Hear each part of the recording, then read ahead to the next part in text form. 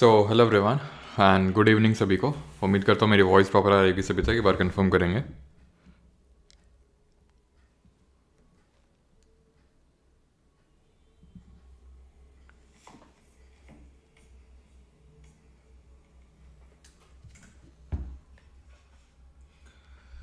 So hello everyone.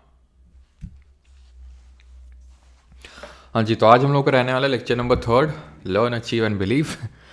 ठीक है, नहीं ऐसा होना चाहिए ना, लर्न बिलीव एंड अचीव। उल्टा हो गया नहीं, learn believe and then achieve. ठीक है, अचीव होने के बाद तो बिलीव हो ही जाता है, वो तो है ही नहीं। अचीव करने के बाद थोड़ी कुछ बचता थोड़ी ना है। चलो, तो वॉइस ओके है तो स्टार्ट करें अपनी ये RRB NTPC GK PYQ series 2.0 का थर्ड लेक्चर।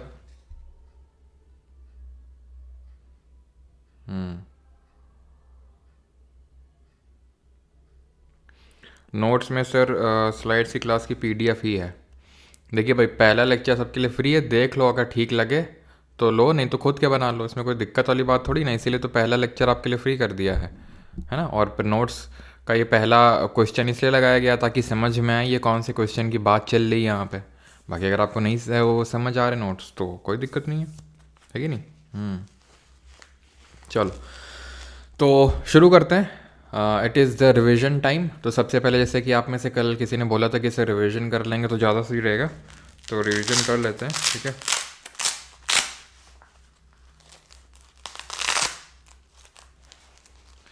तो रिवीजन स्टार्ट करते हैं। जो हमने कल देखे थे क्वेश्चंस, उनको ही उनमें से कुछ क्वेश्चन सेलेक्ट करके यहाँ पे ने रखे, सो दैट उनको हम क्विकली रिवाइज कर सकें, है ना।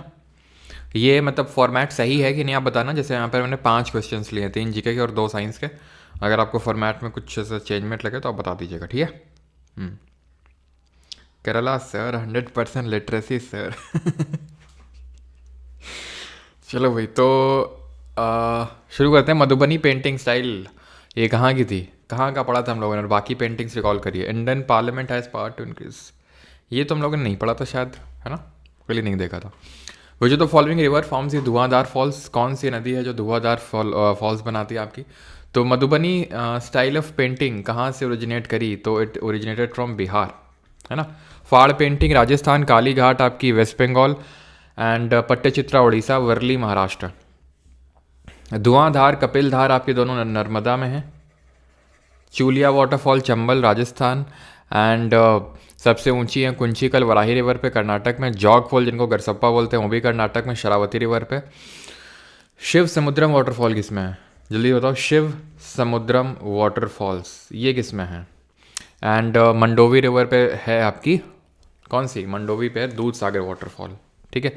Then dash is the largest producer of bauxite in the world, सबसे बड़ा बॉक्साइट का उत्पादक देश कौन सा है, तो दिस इज ऑस्ट्रेलिया। और इंडिया में सबसे लार्जेस्ट प्रोड्यूसर कौन है, इंडिया में सबसे लार्जेस्ट प्रोड्यूसर है उड़ीसा, है ना। उड़ीसा सबसे ज़्यादा प्रोड्यूस करता है बॉक्साइट को इंडिया में। Which of the following is not a technique और step to convert normal water to portable water, हमने पढ़ा था। ब्रोमिनेशन नहीं था, क्लोरिनेशन था, बॉइलिंग भी था, बट ब्रोमिनेशन नहीं था, ठीक है। देन अगर बात करेंगे शिव समुद्रम, ये कर्नाटक में है और ये कावेरी रिवर पे पड़ता है ये, ठीक है, शिव समुद्रम वाटरफॉल। ऑलराइट, चलिए भाई, तो सर उड़ीसा उड़ीसा उड़ीसा सबका सही है सर। आरपीएफ कांस्टेबल के लिए कुछ करो, क्या करें भाई, हो तो रहा है सब, जितने भी रेलवे एग्ज़ाम के लिए सबके लिए सफिशेंट है ये। भले एनटीपीसी लिखा हो लेकिन आपके आरपीएफ एग्ज़ाम के लिए भी सफिशेंट है ये, है ना। चलिए, तो आज शुरू करते हैं आज का लेक्चर नंबर 3, और आपका पहला क्वेश्चन ये रहा आपकी स्क्रीन पे, and that is fundamental duties have been added in the constitution by 42nd amendment act of 1976 in accordance with the recommendations of. तो किस कमेटी के रिकमेंडेशन से जोड़ा गया है हमारे कॉन्स्टिट्यूशन में मौलिक कर्तव्यों को। तो ये चीज़ तो क्लियर है कि फंडामेंटल ड्यूटीज़, ठीक है। और थोड़ा सा गहरी गहरी सांसें मुझे बीच लेनी पड़ेंगी, बिकॉज एक्चुअल में है क्या ना कि मेरी जो बैक है वो काफ़ी दर्द कर रही, तो उसके लिए मैंने एक बेल्ट लगा रखा है, ठीक है। तो उससे सांस लेने में प्रॉब्लम होती है, मतलब हो रही है, क्योंकि वो चेस्ट एरिया में लगा हुआ है। तो इस वजह से ये मत बोलना, क्योंकि एक बार भाई साहब, पता नहीं मैंने कमेंट देखा था, इधर सांस थोड़ा आराम से लिया करिए। तो सांस से भी दिक्कत हो लेने से, है ना, सांसें चलनी चाहिए भाई, है ना, नहीं तो फिर पीवाई की सीरीज़ कैसे चलेगी।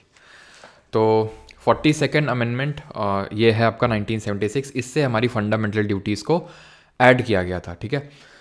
यानी ओरिजिनली ये हमारे कॉन्स्टिट्यूशन का पार्ट नहीं थी फंडामेंटल ड्यूटीज़, इनको 42nd अमेंडमेंट से सरदार स्वरण सिंह कमेटी के रिकमेंडेशन से ऐड किया गया। ये कमेटी बनी थी कांग्रेस के टाइम पे। उस समय हमारे देश की जो प्राइम मिनिस्टर थी वो इंदिरा गांधी जी थी, ठीक है, इंदिरा गांधी जी थी। और आप मतलब यकीन नहीं करोगे, ठीक है, एक तो बैक के लिए भी बेल्ट है और एक नेक के लिए भी, नेक भी बहुत ज़्यादा पेन कर रही है, तो समझ रहे हो इतने सारे बेल्ट लगा के बैठे हुए हैं, सफोकेशन हो रही है, बट फिर भी ठीक है। कांग्रेस के टाइम पे बनी थी ये, और इसने रिकमेंड करी थी जो 8 ड्यूटीज़ उनको जोड़ा गया था। ध्यान रखिएगा, ये भी क्वेश्चन पूछा गया कि कितनी ड्यूटीज़ इसने जो रिकमेंड करी थी जोड़ी गई थी, 8, ठीक है। लेकिन 42nd अमेंडमेंट से आर्टिकल पार्ट नंबर 4A को ऐड किया गया था कॉन्स्टिट्यूशन में, भाग नंबर 4 का, और इसमें आर्टिकल नंबर 51A को जोड़ा गया था। और टोटल इसमें ड्यूटीज़ ऐड करी गई थी थ्रू 42nd अमेंडमेंट। 10 ड्यूटीज़ वर एडेड, 10 ड्यूटीज़ को जोड़ा गया था।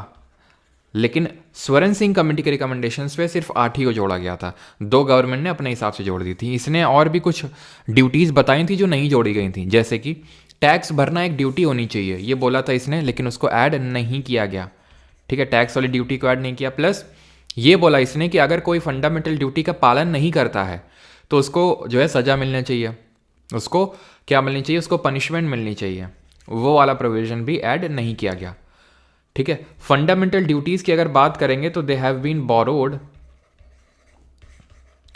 फ्रॉम यूएसएसआर, रशिया से, जो पहले यूएसएसआर होता था उससे बोरो किया गया है। और ये वाली जो ड्यूटी अभी मैंने बताया पनिश किया जाना चाहिए, इसको नहीं ऐड किया गया। यानी कि फंडामेंटल जो ड्यूटीज़ हैं these are non justiciable in nature. Non justiciable का मतलब ये है कि अगर कोई फॉलो नहीं करता है तो उसको ऐसा कोई सज़ा नहीं मिलेगी। लेकिन ये चीज़ ध्यान रखना, एक कमेटी बनी थी जिसका नाम था जस्टिस वर्मा कमेटी, ठीक है, जस्टिस वर्मा कमेटी बनी थी। इस कमेटी ने क्या बोला था कि भाई स्कूलों में बच्चों को सिखाया जाना चाहिए कि किस तरह से फंडामेंटल ड्यूटीज़ का पालन करना है उन्हें। प्लस इसने कुछ एक्ट आइडेंटिफाई किए थे जिसका यूज़ करके लोगों से फंडामेंटल ड्यूटीज़ फॉलो करवाई जा सकती हैं। एग्जाम्पल के तौर पे prevention to national honours act. अभी चलो मैं आपको बताता हूँ कैसे है। पहले इतनी बात तो समझ में आ गई कि मूलतः ये हमारे संविधान का हिस्सा नहीं थी, they were not originally the part of our constitution. इनको 42nd अमेंडमेंट ऑफ 1976, जिसको मिनी कॉन्स्टिट्यूशन के नाम से भी जानते हैं संशोधन को, उससे जोड़ी गई, 10 जोड़ी गई थी। Part 4A article 51A। लेकिन स्वरण सिंह कमेटी के रिकमेंडेशंस 8 के बेसिस पे 8 जोड़ी गई थी, ठीक है। कांग्रेस की सरकार थी उस समय, इंदिरा गांधी प्राइम मिनिस्टर थी। क्लियर इतनी चीज़। अब ये जो अभी कितनी एट प्रेजेंट, तो एट प्रेजेंट 11 फंडामेंटल ड्यूटीज़ हैं, 11 फंडामेंटल ड्यूटीज़ हैं। और ये जो 11वीं नंबर की है इसको हमने जोड़ा था 86 अमेंडमेंट से, ये तो यहाँ लिख देता हूँ मैं, ठीक है। जो 86 अमेंडमेंट हुआ था उससे जोड़ा गया था, 2002 में हुआ था। और इस समय प्राइम मिनिस्टर कौन थे, कोई बताएगा? इस समय देश के प्रधानमंत्री कौन थे? अब इन मौलिक कर्तव्यों को याद कैसे रखना है, ये कल क्वेश्चन ले लें क्या, क्योंकि फिर ज़्यादा हो जाएगा। आज इतनी चीज़ें रखते हैं, बेसिक्स वगैरह, ठीक है, सारी चीज़ें। कल ये हम लोग देखेंगे कि फंडामेंटल ड्यूटीज़ हमें याद कैसे रखनी है और इनको रिवाइज़ करेंगे, ये रिवाइज़ करेंगे प्लस वो चीज़ सीखेंगे, ठीक है। तो आज के लिए इतना ही। आपकी तरह मैं भी मायूस। ठीक है, तो Sardar Swaran Singh committee, option number C सही आंसर होगा। सांता नाम कमेटी की अगर बात करेंगे तो इसके रिकमेंडेशन पे जो CBI और जो CVC है उसका गठन किया गया था। सरकारिया कमेटी जो है बनी थी, ये सेंटर स्टेट रिलेशंस, यानी कि केंद्र और राज्यों के बीच में जो रिलेशंस हैं उनको देखने के लिए बनी थी, ठीक है। सरकारी कमेटी याद हो गया, सरकारी कमीशन। और सांता नाम कमेटी के रिकमेंडेशन पे सेंट्रल विजिलेंस कमीशन और सेंट्रल ब्यूरो ऑफ इन्वेस्टिगेशन को बनाया गया था। क्लियर है ये चीज़ यहाँ तक? आगे बढ़ते हैं। दूसरा क्वेश्चन है, in which year was battle of Peshawar fought between Raja Jaipal and Mahmud of Ghazni. तो जो ये बैटल ऑफ पेशावर है ये कब लड़ा गया था? जयपाल के बीच में और गजनी के बीच में। तो एक्चुअल में, और हाँ, जो भी हमारे आईफोन के यूज़र्स हैं, ठीक है, उन सभी के लिए गुड न्यूज़ है, दैट इज़ कि आप लोगों के लिए आईफोन के लिए भी एक डेडिकेटेड एप्लीकेशन आ चुकी है जिसका लिंक आपको पिन्ड कमेंट में दिख रहा होगा, ठीक है। क्लियर थी चीज़?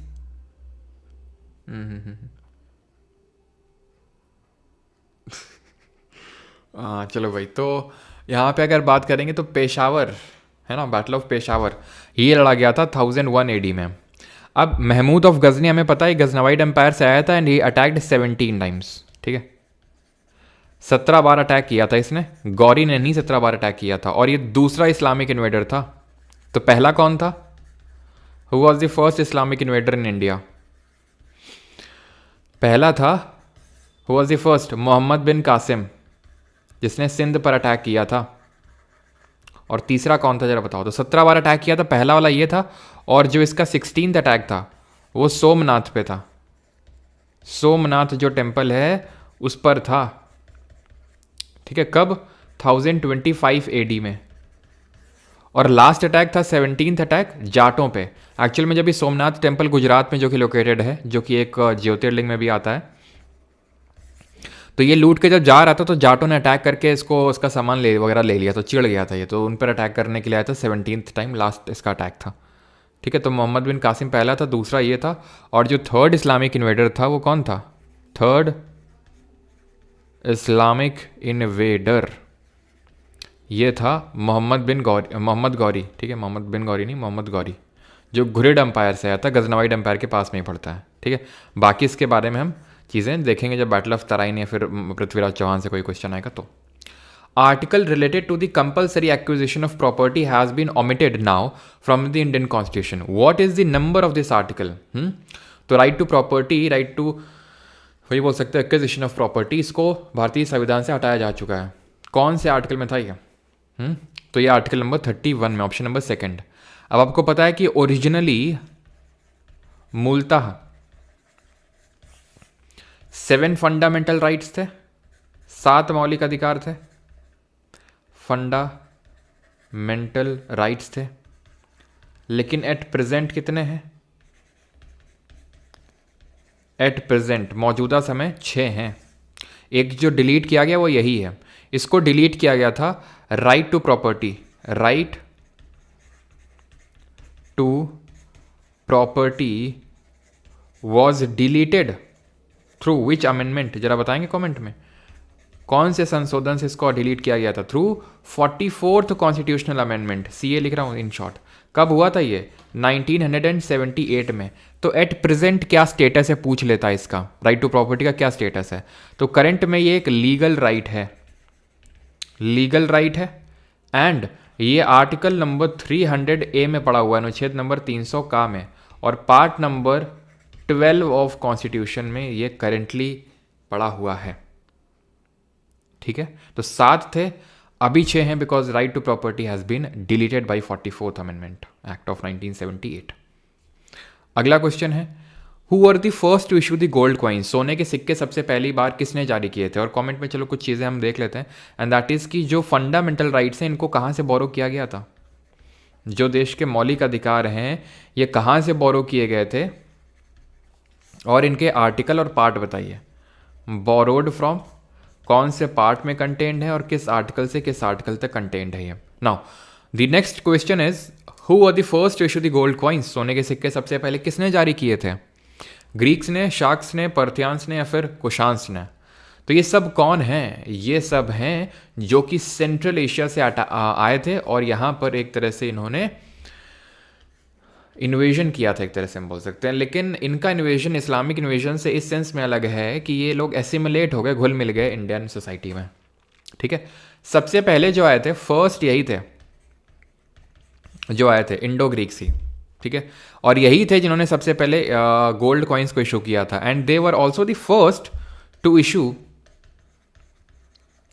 कॉइन्स एट्रीब्यूटेड टू किंग्स, यानी कि उसमें राजा की फोटो छपी हुई होती थी उसमें सिक्कों में, attributed to kings. Is that clear? Shaka की अगर बात करेंगे तो इनको स्काइथियंस के नाम से भी जानते हैं। एक काफी फेमस, काफी पॉपुलर हैं रुद्र दमन, शक ruler Rudra Daman the first. ये फेमस इसलिए हैं बिकॉज जूनागढ़ जो इंस्क्रिप्शन है, जो कि गिरनार गुजरात में पड़ता है। जूनागढ़ इंस्क्रिप्शन कहाँ है? गिरनार गुजरात में है ये, ठीक है, गिरनार हिल्स गुजरात में है। इसमें इन्होंने लिखवाया है कि he repaired the Sudarshan lake, Sudarshan lake को इन्होंने रिपेयर करवाया था। सुदर्शन लेक को। और सुदर्शन लेक को बनवाया किसने था? तो बनवाया था मौर्य, चंद्रगुप्त मौर्य के टाइम पे पुष्यगुप्त वैश्य ने, ठीक है, पुष्यगुप्त वैश्य ने। और बाद में इसको मतलब स्कंदगुप्त ने भी रिपेयर करवाया था इसको, ठीक है। तो ध्यान रखेंगे बनवाया किसने था, रिपेयर किसने करवाई थी। रुद्रदमन फर्स्ट ने भी करवाई थी और स्कंदगुप्त ने भी करवाई थी। देन पार्थियंस आए थे जिनके बारे में ऐसा ज़्यादा पढ़ना है नहीं। एंड कुशांस, कुशांस ने जो है सबसे pure form of gold coins को इंट्रोड्यूस किया था, purest form of gold coins.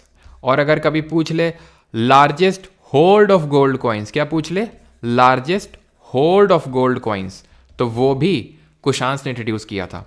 Kushans को ये भी सब सेंट्रल एशिया से आया था। एक्चुअल में हुआ क्या था ना, यहाँ पे सेंट्रल एशिया में ये एक ग्रेट वॉल ऑफ चाइना बन गई थी, सब यहीं पे पड़े हुए थे। तो कुशांस ने पुश किया इनको, पार्थियंस को, ठीक है, पार्थियंस ने पुश किया शाकास को, शाकाज ने पुश किया ग्रीक्स को। तो ग्रीक सबसे पहले, then Parthians, then Shakas, then last में है कुशांस। कुशान एक्चुअल में ये चाइनीज ट्राइब है, चाइनीज येउची, ठीक है, ये येउची ट्राइब है, इनका नाम ओरिजिनली है, ओरिजिनली येउची ट्राइब से बिलोंग करते हैं। इन्होंने टाइटल लिए थे सन्स ऑफ गॉड के, ठीक है, ये पुत्र हैं भगवान के, ठीक है, ये वाले टाइटल लिए थे जो कि चाइनीज फिलॉसफी से इंस्पायर्ड थे। कुशांस की बात करेंगे तो कुशांस की जो कैपिटल थी वो थी पहले पुरुषपुरा, जो अभी करंट में पेशावर है, पुरुषपुरा, देन लेटर मथुरा हो गई थी ये। और ये सवाल पूछा था अभी सीजीएल के मेंस में कि मथुरा किसकी सेकंड कैपिटल है, तो कुशांस की। तो कितनी चीज़ याद करनी है हमने कुशांस में, purest form of gold coins, largest hold of gold coins, Yuezhi tribe, sons of god, Purushapura से मथुरा कैपिटल, मतलब पुरुषपुरा पहले थी, देन मथुरा थी। और कुशान के सबसे जो पावरफुल रूलर थे क्या, और सीजीएल मेंस में जो 18 को, वो क्या कुछ नहीं पता नहीं, 18 को पूछा गया था शायद, पता नहीं 18 को 20 को, ठीक है, आई थिंक 18 को ये था, 20 को ये था कि कुशान जो थे कनिष्क कौन से नंबर के रूलर थे। तो भाई ध्यान रखना, कुजुल कडफीसेस पहले नंबर के थे, कुजुल कडफीसेस, देन विमा कडफीसेस, ऐसे याद कर लो, काजौल, काजौल का हस्बैंड कौन, विमल वाला अपना अजय देवगन, ठीक है, तो विमा कडफीसेस, ठीक है। और विमा दूसरे नंबर का है, नहीं वो अपना अजय देवगन ऐसे वो आंख में ऐसे 2 उंगलियां करता है ना, 2 उंगलियां बोलो जुबां केसरी, तो 2 से ऐसे याद कर लो, कडफीसेस। और तीसरे नंबर का कनिष्क, कनिष्क जो था वो सबसे पावरफुल रूलर था, कनिष्क। और कनिष्क की अगर बात करेंगे तो ये जब थ्रोन पे बैठे 78 एडी में, तो यहीं से शक संवत की शुरुआत होती, शक एरा की शुरुआत होती यहीं से। और ये ध्यान रखना है कि कनिष्क से ही या फिर कुशान से ही एसोसिएटेड है राबाटक इंस्क्रिप्शन या फिर रबाटक इंस्क्रिप्शन। रबाटक इंस्क्रिप्शन कहाँ देखने को मिला, अफगानिस्तान में। शायद ये इसके अलावा कुशान से कोई क्वेश्चन आपका बने, ठीक है। फंडामेंटल राइट्स की अगर बात करें तो बोरो किया इनको यूएसए के जो बिल ऑफ राइट्स हैं वहाँ से, यूएसए के जो बिल ऑफ राइट्स हैं वहाँ से बोरो किया गया। पार्ट की बात करेंगे तो part number 3 of the constitution, और आर्टिकल की बात करेंगे तो आर्टिकल नंबर, अनुच्छेद नंबर 12 से 35 के बीच में है। Which of these books is written by Ruskin Bond, इनमें से कौन सी किताब, बॉन्ड नाम तो सुना ही होगा, रस्किन बॉन्ड ने लिखी है। Home in the world, the great big land, in an ideal world, it's a wonderful life, कौन सी किताब लिखी है रस्किन बॉन्ड ने। सो रस्किन बॉन्ड की अगर बात करें तो इनकी किताबों के नाम जान लेते हैं, इनकी किताबों के क्या क्या नाम हैं। तो इनको किताबें हैं जैसे कि एंग्री रिवर, ठीक है, एंग्री रिवर इनकी किताब का नाम है। Room on the roof, room on the roof, छत का कमरा, ठीक है, room on the roof. And the blue umbrella, तुम लोग को पता है मेरा भी जो कमरा है जहाँ पे मैं वीडियो तुम लोग को ये क्लास वगैरह ले रहा हूँ, छत पे ही बना हुआ है ये, ठीक है, रूम ऑन द रूफ है मेरा भी। अ फ्लाइट ऑफ पिजन्स, ठीक है, a handful of nuts, a handful of nuts, and it's a wonderful life, is it. तो आंसर होगा यहाँ पर 4th, ठीक है, क्लियर हो गया तो ये चीज़ यहाँ तक सभी को। और ये जो इन एन आइडियल वर्ल्ड है ना, वैसे तो शायद पूछे, ये है आई थिंक कुंदल करके कोई है ऑथर आई थिंक, ठीक है, पता नहीं, कुंदल बोरा करके, if I am not wrong, ठीक है। तो ये सारी किताबें रस्किन बॉन्ड की ध्यान रखेंगे। और कौन सी कोई है क्या, नहीं नहीं, ठीक है, इतनी आपको ध्यान रखनी है। बाकी आगे बढ़ते हैं और अगला क्वेश्चन है, dash is a legal declaration of a person, your best day is today, कल पढ़ाया था मैंने, बताओ जल्दी से किसकी किताब है, your best day is today. Dash is a legal declaration of a person who is unable to pay off debts, उस व्यक्ति की कानूनी घोषणा है जो ऋण चुकाने में असमर्थ है, उसको क्या बोलते हैं? बैंकरप्सी बोलते हैं, क्रेडिट क्रंच बोलते हैं, एमोर्टाइजेशन बोलते हैं, फिर बैंक एश्योरेंस बोलते हैं। Delhi is not far, yes. आपका handwritten notes has been improved sir. अच्छा, चलो बढ़िया बात है। वो देखा, मैंने बताया था पहले दिन कितने लोग थे, 3.2 3.4 ऐसे थे ना, आज 2.4 हो गए। अब आखिरी तक देखना कितने बचते हैं, और जो बचेंगे वही सक्सीड करेंगे, ठीक है। तो क्या लीगल डिक्लेरेशन होता है अगर कोई अपने लोन भरना से मतलब वो हो जाए, तो बैंकरप्सी बोलते हैं उसको। कोई बताएगा इंसॉल्वेंसी और बैंकरप्सी कोड कब आया था? इंसॉल्वेंसी एंड बैंकरप्सी कोड, ठीक है। और जब बैंक को जो उसने लोन दिया है जब नहीं मिलता है तो उसको क्या बोलते हैं? ऐसे लोन को बताओ। इंसॉल्वेंसी एंड बैंकरप्सी कोड ये आया था 2016 में। जितने भी सारे इंसॉल्वेंसी और बैंकरप्सी से रिलेटेड रूल्स थे उनको फॉर्मुलेट करके एक पर्टिकुलर बना दिया गया था पूरा ये कोड, ठीक है। तो उसको एनपीए बोलते हैं। What is NPA? NPA is non performing assets, non performing assets, या फिर बैड लोन्स भी बोल देते हैं। जब 90 डेज से ज़्यादा, मोर देन 90 डेज, 90 दिन से ज़्यादा अगर कोई लोन की रिकवरी नहीं होती है तो वो एनपीए में चला जाता है, ठीक है। आगे बढ़ते हैं। वेयर वॉज द फर्स्ट, और कभी पूछ ले, वैसे तो शायद पूछे आपके, लेकिन अगर पूछ ले बैड बैंक क्या होती हैं, तो बैड बैंक वो होती हैं जो लॉस एसेट, एनपीए में अगर 90 दिन से ज़्यादा नहीं आया तो एनपीए हो गया, ठीक है। और 12 महीने से ज़्यादा ना आया तो सब स्टैंडर्ड एसेट हो जाता है। और अगर एकदम चला ही गया, जहाँ पर बैंक राइट ऑफ कर देती है लोन को कि अब तो ना आने वाला ही है, तो वो हो जाता है आपका लॉस एसेट। तो उस लॉस एसेट की रिकवरी के लिए जो बैंक बनाई जाती है उनको बैड बैंक बोलते हैं, ठीक है। Where was the first cotton mill in India established? Bharat में पहली कॉटन मिल कहाँ स्थापित की गई थी? सूरत, बॉम्बे, या फिर अहमदाबाद, या फिर कोयम्बटूर? अच्छा, कोयम्बटूर में बताओ, कोयम्बटूर में आईसीएआर का किस चीज़ का हेडक्वार्टर है? जो Indian council of agriculture research, इसका किस चीज़ का हेडक्वार्टर है यहाँ पे? तो सही आंसर क्या होगा? पहली कॉटन मिल। तो एक्चुअल में है क्या कि जो एकदम ही पहली अगर पूछ लेना तो वो 1818 में सेटअप करी गई थी फोर्ट ग्लॉस्टर में, कलकत्ता में, ठीक है। कहाँ पे? फोर्ट ग्लॉस्टर में। कहाँ पड़ता है ये? कलकत्ता में। लेकिन चल नहीं पाई है, चल नहीं पाई मतलब फेल हो गई। तो 1854 में, 1854 में, ठीक है, 1854 में सेटअप करी गई Bombay spinning and weaving mill, ठीक है। बॉम्बे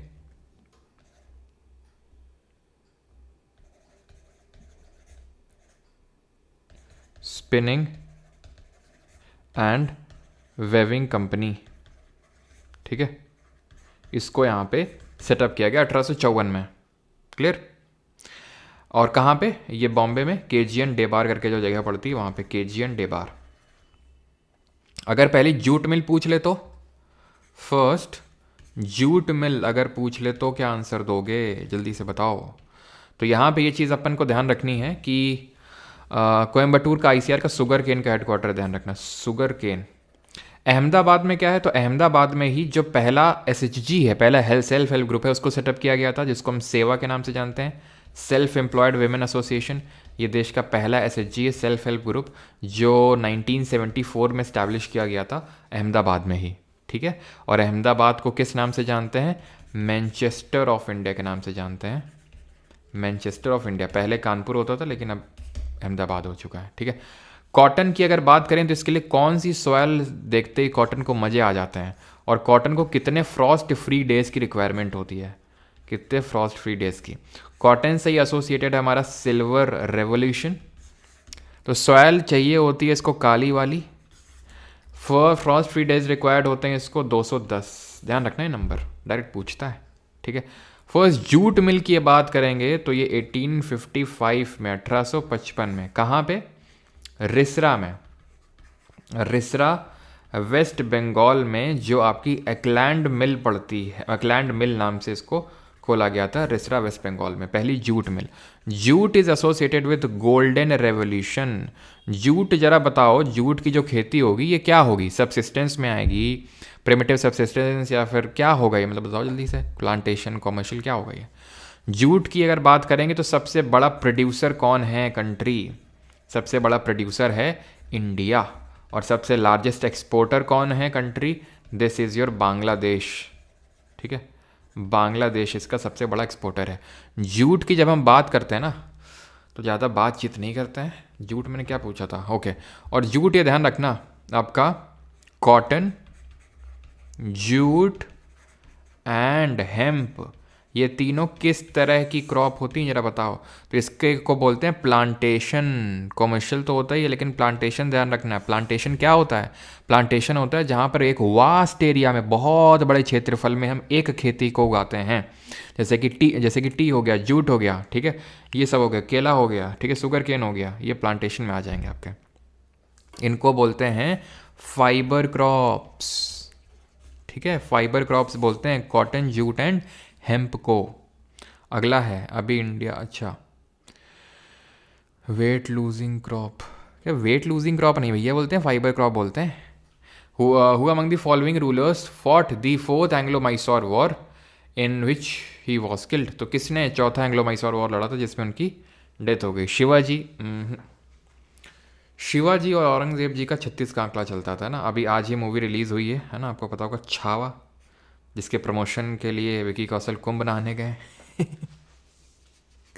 देख रहे हो बेटा, जो मतलब अमीर लोग होते हैं वो सोच समझ की चीज़ें करते हैं। कुंभ नहाएंगे तो कुछ ना कुछ फ़ायदा ज़रूर कमाएंगे उससे, है कि नहीं। तो छावा मूवी आज रिलीज़ हुई है जिसमें कि शिवाजी के जो बेटे हैं संभाजी महाराज, तो वो किस तरह से औरंगज़ेब को रेजिस्ट करते हैं। वैसे तो शिवाजी पहले ओरिजिनली रेजिस्ट करते हैं, औरंगज़ेब को आने नहीं देते, ठीक है, लेकिन बाद में संभाजी। एंड काफ़ी हद तक वो ट्रू भी है मूवी, अगर देखें तो उसमें औरंगज़ेब को रिस्ट्रिक्ट कर दिया जाता है। और जो नहीं, आपने वो ट्रेलर में देखा होगा जो डायलॉग विकी कौशल बोलते हैं, यानी संभाजी महाराज का जो रोल प्ले कर रहे हैं कि भाई जब मैं मरूंगा तो हर घर में मराठा, मतलब हर मराठा में संभाजी जन्म लेगा इस तरह से, और जब तू मरेगा तो तेरे मुग़ल साम्राज्य का अंत हो जाएगा। और इट इज़ ट्रू, औरंगज़ेब के बाद मुग़ल साम्राज्य का अंत हो गया। ठीक है, औरंगज़ेब की जो गलत नीति हम बोल सकते हैं उसके चलते, है ना, जो उसकी जिद थी, ईगो था, उसके चलते, और औरंगज़ेब के बाद पूरा मुग़ल जो है, ये लास्ट ग्रेट मुग़ल एम्पायर हम बोल सकते हैं, उसके बाद पूरा ढह गया मुग़ल एम्पायर। ठीक है, तो बात ट्रू है। तो खैर यहाँ पे जो सही आंसर होगा वो टीपू सुल्तान होगा। अच्छा, औरंगज़ेब और शिवाजी महाराज जी के बीच में कौन सी ट्रीटी साइन हुई थी बताइए जल्दी से। तो टीपू सुल्तान के, या फिर हम चलो पूरे ही एंग्लो मैसूर वॉर को थोड़े उसके बारे में देख लेते हैं। तो 4 एंग्लो मैसूर वॉर्स हुए थे, ठीक है, 4। कौन कौन से? तो पहला वाला हुआ था 1767, 1767 से लेकर 69 के बीच में, 69। दूसरा वाला हुआ 1780, 1780 से लेकर 84 के बीच में। तीसरा हुआ आपका 1790 यानी 1790 से लेकर 92 के बीच में। और चौथा वाला एक्चुअल में 1799 हुआ जिसमें कि टीपू सुल्तान की डेथ हो गई। ठीक है, तो ये ख़त्म हुआ था आपका ट्रीटी ऑफ मद्रास से, ठीक है, ये ट्रीटी ऑफ मैंगलोर से, ये ट्रीटी ऑफ सेरिंगपट्टम से जो राजधानी थी मैसूर किंगडम की, और इसमें टीपू डाइड। टीपू डाइड, टिपुट नहीं होगा, टीपू, ठीक है, टीपू डाइड। एक्चुअल में टीपू सुल्तान के जो फादर थे हैदर अली, हैदर अली पहले वाले मैसूर वॉर में लड़े और दूसरे वाले में हैदर अली की डेथ हो जाती है, वॉर के चलते नहीं, मतलब नेचुरल कॉजेज़ की वजह से।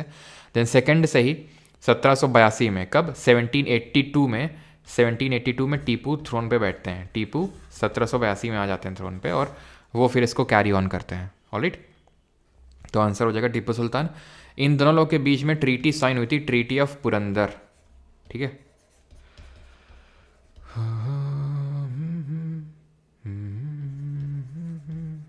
1665 में।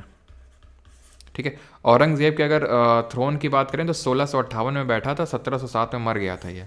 ठीक है, कौन, औरंगज़ेब। और 1665 में ट्रीटी साइन हुई थी एक्चुअल में औरंगज़ेब के साइड से, औरंगज़ेब के साइड से राजा जयसिंह फर्स्ट थे जिन्होंने साइन किया था। ठीक है, और शिवाजी तो थे ही। ठीक है, आगे बढ़ते हैं। तो अभी के लिए इतनी चीज़ें आपको याद करनी है। और अगला क्वेश्चन है एंड दैट इज़ 9th।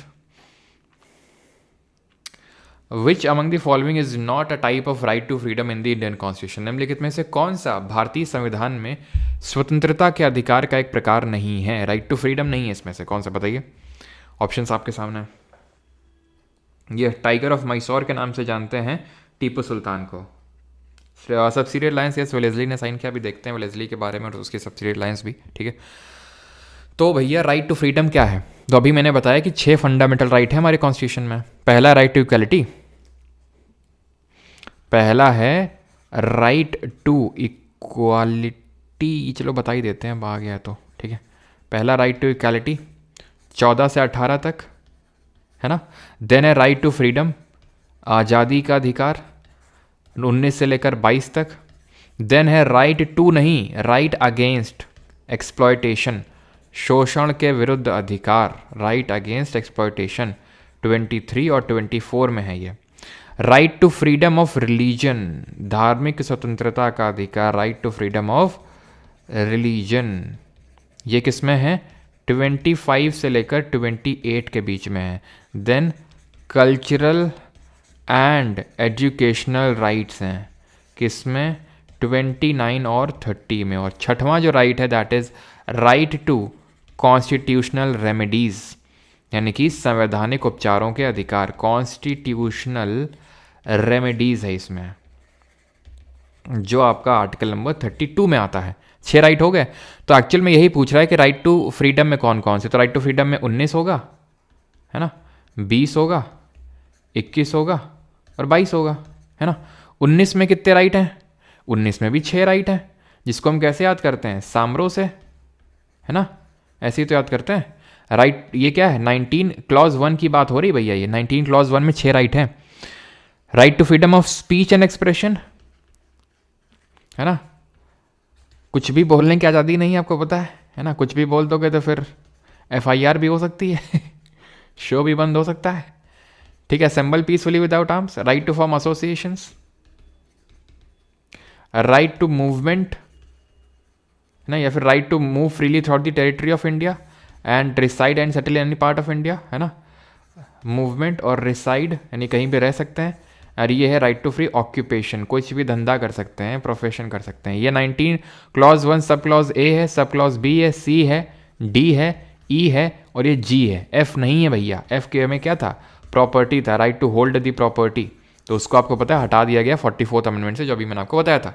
तो 19 में ये जो ये है, ठीक है, right to protection of life and personal liberty, यानी कि प्राण और दैहिक स्वतंत्रता का संरक्षण, ये आर्टिकल नंबर 21 में है कि नहीं। और आर्टिकल नंबर 20 में है आपका ये protection in respect of conviction for offences, ये आर्टिकल 20 में है। इसमें 3 अधिकार दिए हुए हैं, 20 क्लॉज 1, 20 क्लॉज 2 और 20 क्लॉज 3। तो 20 क्लॉज 1 में क्या है? 20 क्लॉज में 1 में ये है क्या है भैया? ये है आपका no ex post facto law, ठीक है, no ex post facto law, यानी कि जिस समय आपने क्राइम किया है, जब आपने क्राइम किया तो उस समय उस क्राइम के लिए जो सज़ा थी वही आपको मिलेगी, उससे ना ज़्यादा ना कम। यह है नो डबल जियोपार्डी, यानी कि आपको एक क्राइम के लिए 2 बार सज़ा नहीं मिलेगी। और तीसरा वाला है नो सेल्फ इंक्रिमिनेशन, यानी कि आपको आपके खिलाफ गवाह नहीं बनाया जा सकता है। ये 20 वाले बोलते हैं, इस तरह का कोई नहीं है, ठीक है। तो 19 देखा, 20 देखा, 21 देखा और इसमें 21A भी है बीच में छुपा हुआ है, जिसको 86th अमेंडमेंट से जोड़ा गया था। राइट टू प्राइमरी एजुकेशन है, बेसिक शिक्षा का अधिकार है, जो 6 से 14 साल तक के बच्चे होते हैं उनके लिए। और 22 में तो आप जानते ही हैं, नहीं जानते तो हम आगे जान लेंगे जब इस पर क्वेश्चन आएगा, जो है protection against arrest and detention. क्या है? 22 में है protection against arrest and detention है इसमें। बाकी तो किस तरह के डिटेंशन होते हैं वो हम डिटेल में जब कोई और क्वेश्चन आएगा तो देखेंगे, ठीक है। Protection against arrest and detention. Comment में आपको बताना है, जो अभी मैंने रील भी डाली थी, है ना, 2 दिन पहले, एंड दैट इज कि कौन सा आर्टिकल है जो इस आर्टिकल नंबर 19 क्लॉज 1 के तहत 6 राइट्स मिले हुए हैं, जो सामरो करके हमने देखे, तो उसमें रीजनेबल रिस्ट्रिक्शंस लगाता है, वो उचित प्रतिबंध लगाता है। कौन सा आर्टिकल है वो? जो ये बताता है कि fundamental rights are not absolute but are qualified in nature, यानी कि वो एब्सोल्यूट नहीं है, ऐसा नहीं कि उनमें कोई लिमिट नहीं है। And also you should know that fundamental rights are not permanent in nature and they are not sacrosanct. वो सैक्रोसैंक्ट नहीं है, मतलब ये है कि उनमें अमेंडमेंट हो सकते हैं, उनको रिपील भी किया जा सकता है, ठीक है, क्लियर है। तो आगे बढ़ते हैं। On which of the following 2 dates does the equinox fall. ये सेम रिपीटेड क्वेश्चन है कल वाला, कोई नया नहीं है ये, ठीक है, नया नहीं है। PYQ सीरीज 5 SSC कब आएगा? जब ये कोर्स कंप्लीट हो जाएगा उसके बाद, है ना, जो अभी चल रहा है 3.0। 19 क्लॉज 2 सबका सही है। तो 19 क्लॉज 2 क्या बोलता है? ये रीजनेबल रिस्ट्रिक्शंस लगाता है, उचित प्रतिबंध, कि भाई आप कुछ भी बोल सकते हो बट किसी को डिफेम नहीं कर सकते हो, पब्लिक ऑर्डर मोरालिटी नहीं खराब कर सकते हो, कहीं भी इकट्ठा हो सकते हो लेकिन पब्लिक ऑर्डर को खराब नहीं कर सकते हो। जैसे कि फिट ट्यूबर है ना, गौरव तनेजा जेल चले गए थे एक बार क्योंकि इन्होंने एक मीटअप किया था मेट्रो के पास में, तो उसकी वजह से मेट्रो में भीड़ हो गई तो लोगों को दिक्कत हो गई तो इनको जेल में तुरंत हो गया है ना। तो रीजनेबल रिस्ट्रिक्शंस लगाता है। राइट टू फॉर्म एसोसिएशंस, है ना, कोई भी संगठन बना सकते हैं, ये नहीं आतंक लश्कर तैयबा बना डाला। राइट टू मूवमेंट है तो कहीं भी जा सकते हैं, लेकिन ऐसा नहीं कि पता चला नहीं हमें तो POK में जाना है, POK में जाना है, मार खाओगे फिर, ठीक है। On which of the following 2 dates does the equinox fall. तो इक्विनॉक्स क्या होता है? विषुव। विषुव क्या होता है? जहां पर entire earth experiences equal days and night, equal days and night, पूरा अर्थ एक्सपीरियंस करता है। सॉलिस्टिस क्या होता है? सॉलिस्टिस होता है जिसको अयनांत बोलते हैं। समर वाला कब होता है जरा बताइए, और विंटर वाला कब होता है? ये सब कल देख चुके हैं। तो इक्विनॉक्स होता है 21 मार्च को और 23 सितंबर को, इसको बोलते हैं स्प्रिंग या फिर वर्नल इक्विनॉक्स, और इसको बोलते हैं ऑटमनल इक्विनॉक्स, ठीक। समर सॉलिस्टिस होता है, समर सॉलिस्टिस होता है 21 जून को, जहां पर नदर्न हेमिस्फीयर में, उत्तरी गोलार्ध में सबसे बड़ा दिन होता है, लॉन्गेस्ट डे। और विंटर सॉलिस्टिस होता है 22 दिसंबर, जहां पर नदर्न हेमिस्फीयर में यानी उत्तरी गोलार्ध में सबसे छोटा दिन होता है, शॉर्टेस्ट डे होता है, लॉन्गेस्ट नाइट होती है। Do you get that? 11th, who is the highest law officer in India. Bharat में सर्वोच्च विधि अधिकारी कौन होता है? सॉलिसिटर जनरल होता है, चीफ जस्टिस ऑफ इंडिया होता है, वाइस प्रेसिडेंट होता है, या फिर अटॉर्नी जनरल होता है? कौन होता है? तो हाईएस्ट लॉ ऑफिसर तो सॉलिसिटर जनरल तो नहीं होता, ये कौन होता है? अटॉर्नी जनरल होता है। Option number 4। अटॉर्नी जनरल कौन होता है? किस आर्टिकल में है? पहला कौन था? करंट में कौन है? ठीक है, तो आर्टिकल नंबर 76 है। इसमें भी 4 क्लॉजेज हैं, ठीक है, 1, 2, 3 और 4। पहला बात करता है इसके अपॉइंटमेंट की, नियुक्ति की। कौन अपॉइंट करता है? प्रेसिडेंट अपॉइंट करता है। फिर ये क्या बात करता है? ये इसके ड्यूटी के बारे में बताता है कि ये गवर्नमेंट को एडवाइस करता है लीगल मैटर्स में, गवर्नमेंट को एडवाइस करता है लीगल मैटर में, इसीलिए इसको हाईएस्ट लॉ ऑफिसर बोलते हैं। कौन सी गवर्नमेंट को? सेंट्रल गवर्नमेंट को।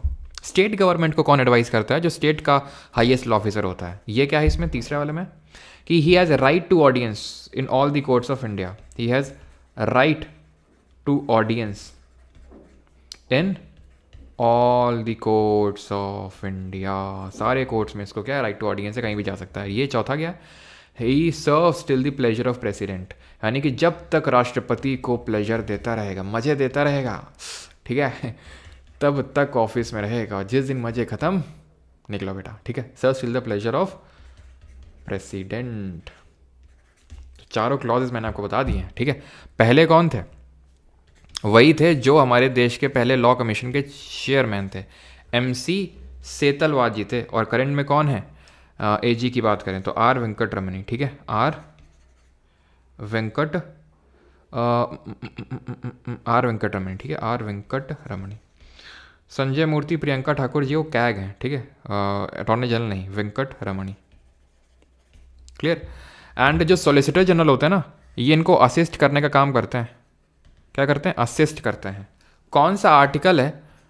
विच article talks about right of ministers, rights of ministers and attorney general ji के राइट्स। एंड क्या अटॉर्नी जनरल जो होता है यूनियन एग्जीक्यूटिव का, केंद्र की कार्यपालिका का सदस्य होता है या नहीं होता है? इज ही अ पार्ट और नॉट?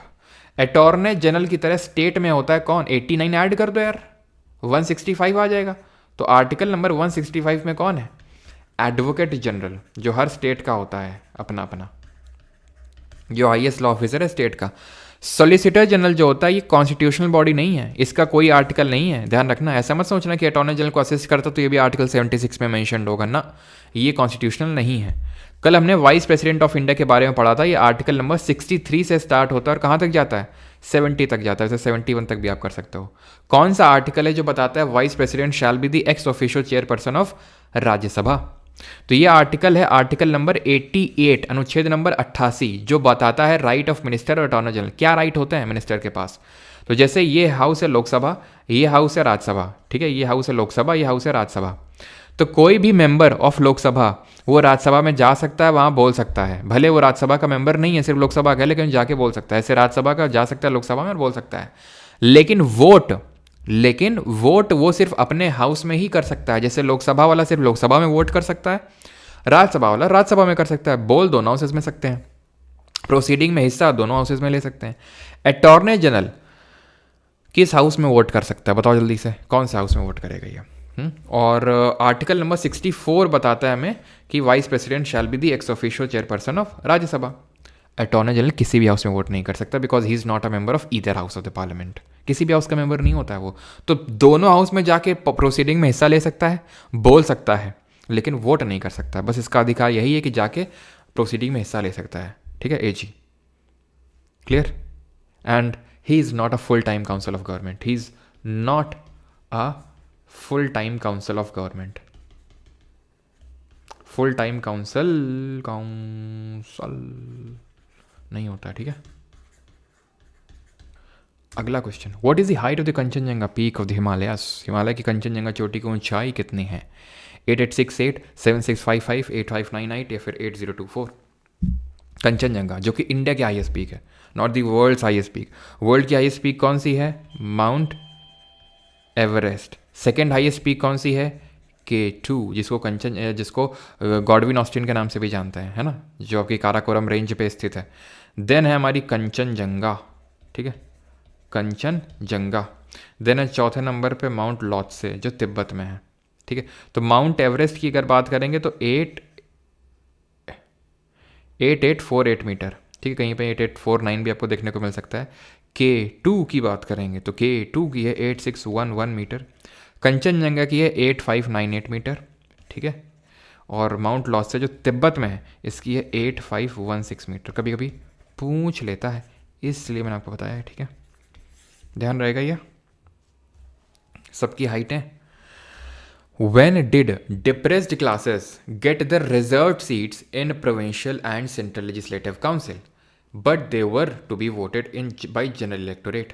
यानी कि दलित वर्गों को प्रांतीय और केंद्रीय विधान परिषदों में आरक्षित सीटें कब मिली, लेकिन उन्हें आम मतदाताओं द्वारा वोट दिया जाना था? बताओ जल्दी से।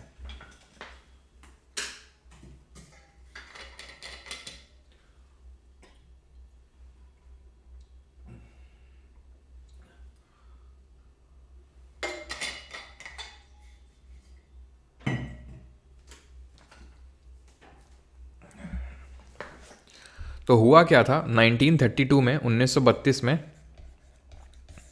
मैकडोनल्ड का बर्गर आया था, ठीक है, मैकडोनल्ड अवार्ड अनाउंस हुआ था। और इस अवार्ड में ये बोला गया था, रैमसे मैकडोनल्ड जो उस समय का प्राइम मिनिस्टर था ब्रिटेन का, तो उसने अनाउंस किया था कि अब से डिप्रेस्ड क्लासेस को भी सेपरेट इलेक्टोरेट मिलेंगे, पृथक निर्वाचन मिलेगा। तो डिप्रेस्ड क्लासेस के लिए सेपरेट इलेक्टोरेट का मतलब क्या है? इसका मतलब है, पृथक निर्वाचन का मतलब होता है कि सिर्फ किसी पर्टिकुलर जगह से, जैसे फॉर एग्जांपल ये कोई एक कॉन्स्टिट्यूएंसी है, तो यहाँ से एक दलित मेंबर ही चुनाव लड़ सकता है और सिर्फ दलित ही वोट कर सकते हैं, उसको बोलते हैं सेपरेट इलेक्टोरेट। और ये सबसे पहले सेपरेट इलेक्टोरेट की जो प्रथा है ये किस एक्ट से आई थी, ये आपको बताना है। तो इससे हुआ ये कि गांधी जी को ये पसंद नहीं आया। एक्चुअल में हुआ ये था कि तीनों राउंड टेबल कॉन्फ्रेंस में, गोलमेज सम्मेलन में अम्बेडकर जी गए थे और उन्होंने अपनी बात ये रखी थी कि भाई डिप्रेस्ड क्लासेस को भी सेपरेट इलेक्टोरेट दिए जाने चाहिए जैसे अदर कम्युनिटीज़ को मिलते हैं। जैसे कि मुस्लिम्स के लिए सबसे पहले सेपरेट इलेक्टोरेट की प्रथा आई थी। किस एक्ट से आई थी?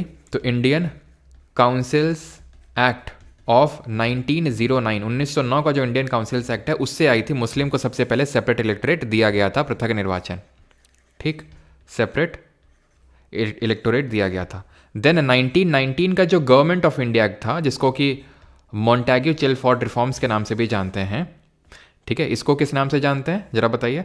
तो इसने जो है इसको एक्सटेंड किया था, सेपरेट इलेक्टोरेट को एक्सटेंड करने का मतलब है मुस्लिम को तो मिल चुका था 1909 में, बाकी एंग्लो इंडियन को, क्रिश्चियन को, इन सबको देने का काम किया था किसने, 1919 के मॉन्टेग्यू चेल्मस्फोर्ड रिफॉर्म्स ने।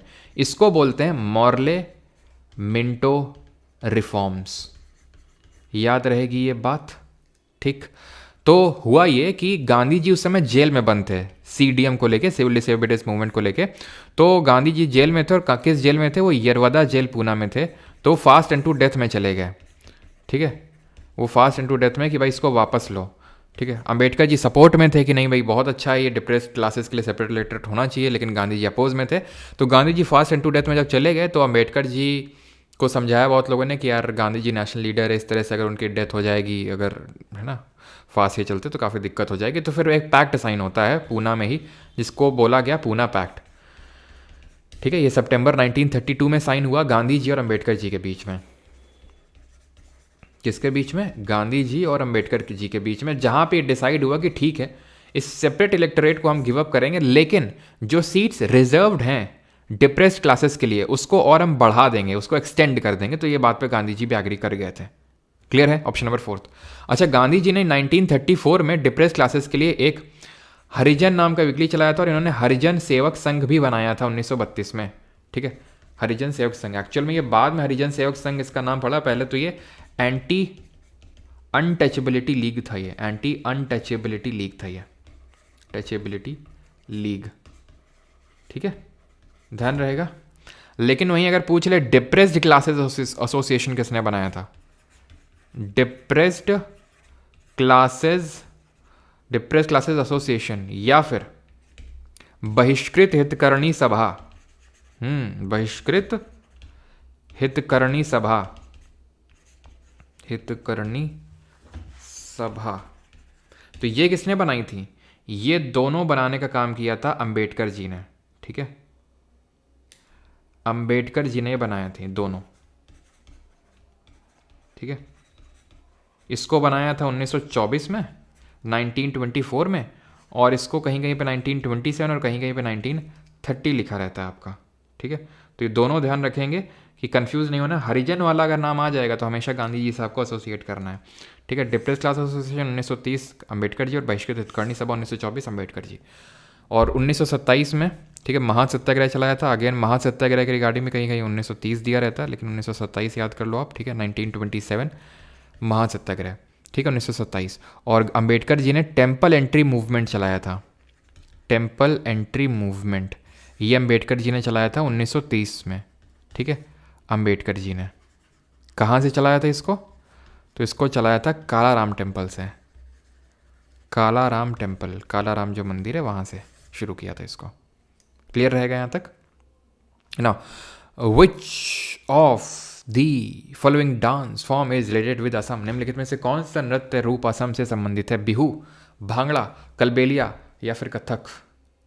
और तुम्हें एक बहुत अच्छा गाना सुनाएंगे, ठीक है, लास्ट में पक्का, बहुत अच्छा मज़ा आ जाएगा तुमको सुन के। अब एकदम से मुझे याद आया क्योंकि एक्चुअली में वो गाना मैंने कल यही वाली क्लास खत्म करने के जस्ट तुरंत बाद सुना था, ठीक है। तो लास्ट में ज़रूर सुनाऊंगा मैं, मज़ा आ जाएगा तुमको, सच बता रहे हैं, एकदम तुम्हारे गुर्दे खुश हो जाएंगे। बिहू की अगर बात करेंगे तो बिहू इसका आंसर होगा, क्यों, क्योंकि बिहू ये सब में सेलिब्रेट किया जाता है। बिहू एक डांस भी है, एक फेस्टिवल भी है, ध्यान रखना, ठीक है। और बिहू जो है 3 तरह का होता है, बिहू फेस्टिवल जो होता है वो 3 तरह का होता है। कौन कौन से बताओ जल्दी से, कौन कौन से होते हैं जल्दी से लिखो। भांगड़ा तो पता है पंजाब का, कलबेलिया, चलो बाद में कलबेलिया वगैरह देखेंगे, पहले देख लेते हैं कलबेलिया। अच्छा तब तक बताओ कलबेलिया किस स्टेट से है, कथक किस स्टेट से है। तो ये है आपका बोहाग बिहू, माघ बिहू और काटी बिहू, ठीक। तो बोहाग बिहू जो होता है बैसाख के महीने में होता है, यानी कि अप्रैल में, बैसाख में होता है ये, अप्रैल में, ठीक है। माघ बिहू होता है माघ के महीने में, जैसे अभी माघी पूर्णिमा गई है ना, तो जैन में मेनली होता है। काटी बिहू की अगर बात करेंगे तो कार्तिक के महीने में, कार्तिक कब होता है, अक्टूबर में होता है ये, ठीक है। कलबेलिया, और अच्छा एक बताओ, एक और फेस्टिवल होता है जो 3 पार्ट में उसको डिवाइड करते हैं, कोई बता सकता है, हिंट देता हूँ, वो ईस्टर्न इंडिया का है, वो ईस्टर्न इंडिया का फेस्टिवल है, उसको भी 3 पार्ट में क्लासीफाई करके हम पढ़ते हैं, 3 अलग अलग स्टेट में होता है वो। कलबेलिया है राजस्थान का, इसको स्नेक डांस भी बोलते हैं, कलबेलिया को स्नेक डांस, क्योंकि यहाँ की राजस्थान की जो सपेरा ट्राइब है, स्नेक ट्राइब है, वो इसको सेलिब्रेट करती है। इसके एक फेमस एक्सपोनेंट हैं गुलाबो सपेरा, ठीक है। और कथक तो पता है कोई क्लासिकल डांस है, ये सारे आपके फोक डांसेस हैं, लेकिन Kathak is the only in चारों में से जो क्लासिकल डांस है यूपी का। कथक जो है कथा वर्ड से आया है, कथा, कथा का मतलब क्या होता है, स्टोरी, है ना। तो 3 ही होते हैं आपके छऊ, जो होता है ना छऊ, जो कहाँ का है, ईस्ट इंडिया का है ना, ईस्टर्न इंडिया का। तो ये 3 तरह का होता है, कौन कौन सा, सराइकेला छऊ, मयूरभंज छऊ, मयूरभंज छऊ, और पुरुलिया छऊ, पुरुलिया, पुरुलिया, पुरुलिया कहाँ का है, पुरुलिया है वेस्ट बंगाल का, ठीक है।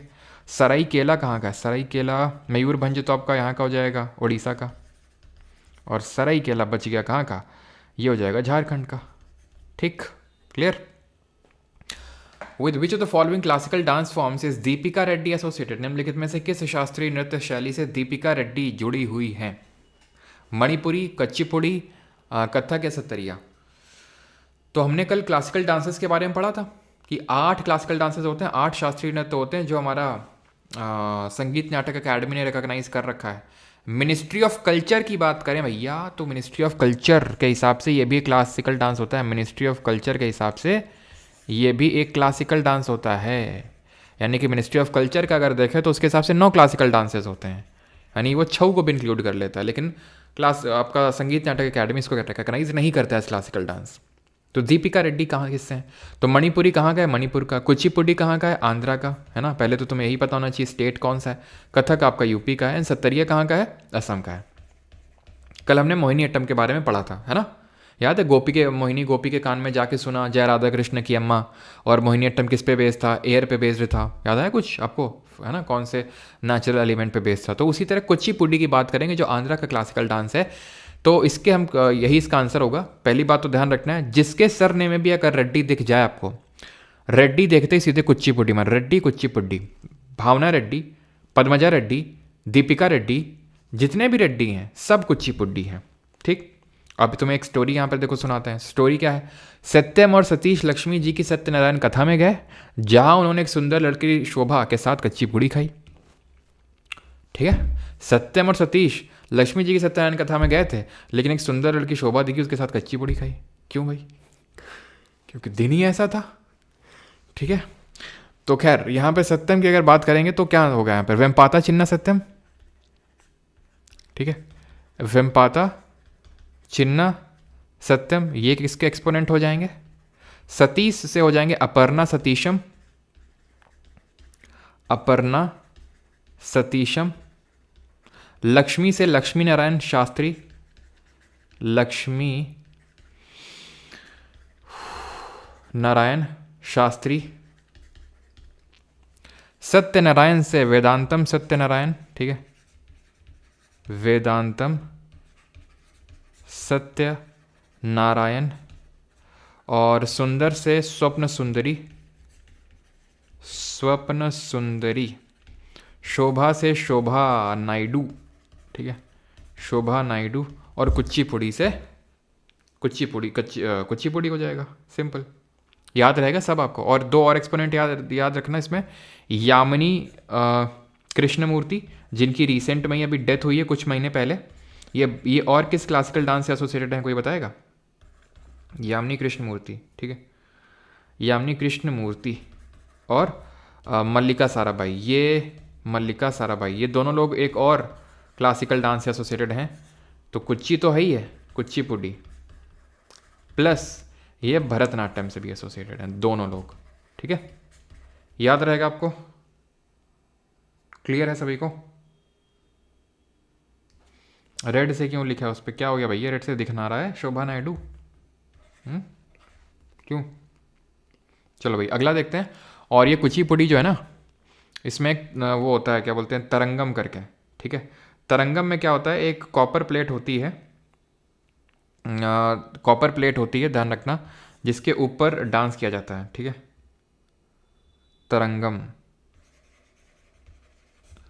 तरंगम होता है। इसमें क्या होता है, प्लेट के ऊपर डांस किया जाता है, प्लेट के ऊपर खड़े हो के, अब समझ रहे हो तुम, ठीक है। तरंगम बोलते हैं, कुचिपुड़ी से एसोसिएटेड है ये।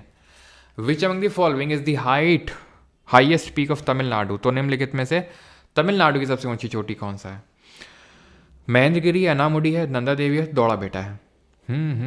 तो महेंद्रगिरी भैया ये ईस्ट इंडिया की, ठीक है, ईस्टर्न घाट की हाईएस्ट पीक है ना। और किस स्टेट में जरा बताओ? तमिलनाडु में तो ऑब्वियस सी बात नहीं होगा, ठीक है, ऊपर है ये काफ़ी। हाईएस्ट पीक है ईस्टर्न घाट की। अब मुझे पता है कुछ लोग बोलेंगे नहीं नहीं सर जिंदा गाड़ा है। अरे भैया वो जिंदा गाड़ा नहीं पूछता है ना, वो अगर आएगा ऑप्शन में तो जिंदा गाड़ा मार देना, ठीक है, लेकिन वो पूछता महेंद्रगिरी। कितनी हाइट है इसकी? 1501 मीटर। अनामुडी जो है पूरे साउथ इंडिया की हाईएस्ट पीक है, और वेस्टर्न घाट की भी हाईएस्ट पीक है, वेस्टर्न घाट में लोकेटेड है, और वेस्टर्न घाट की हाईएस्ट पीक और पूरे साउथ इंडिया की भी हाईएस्ट पीक है। हाईएस्ट पीक ऑफ या तो WG यानी वेस्टर्न घाट या फिर साउथ इंडिया। कितनी हाइट है इसकी? 2695 मीटर हाइट है, 2695 मीटर।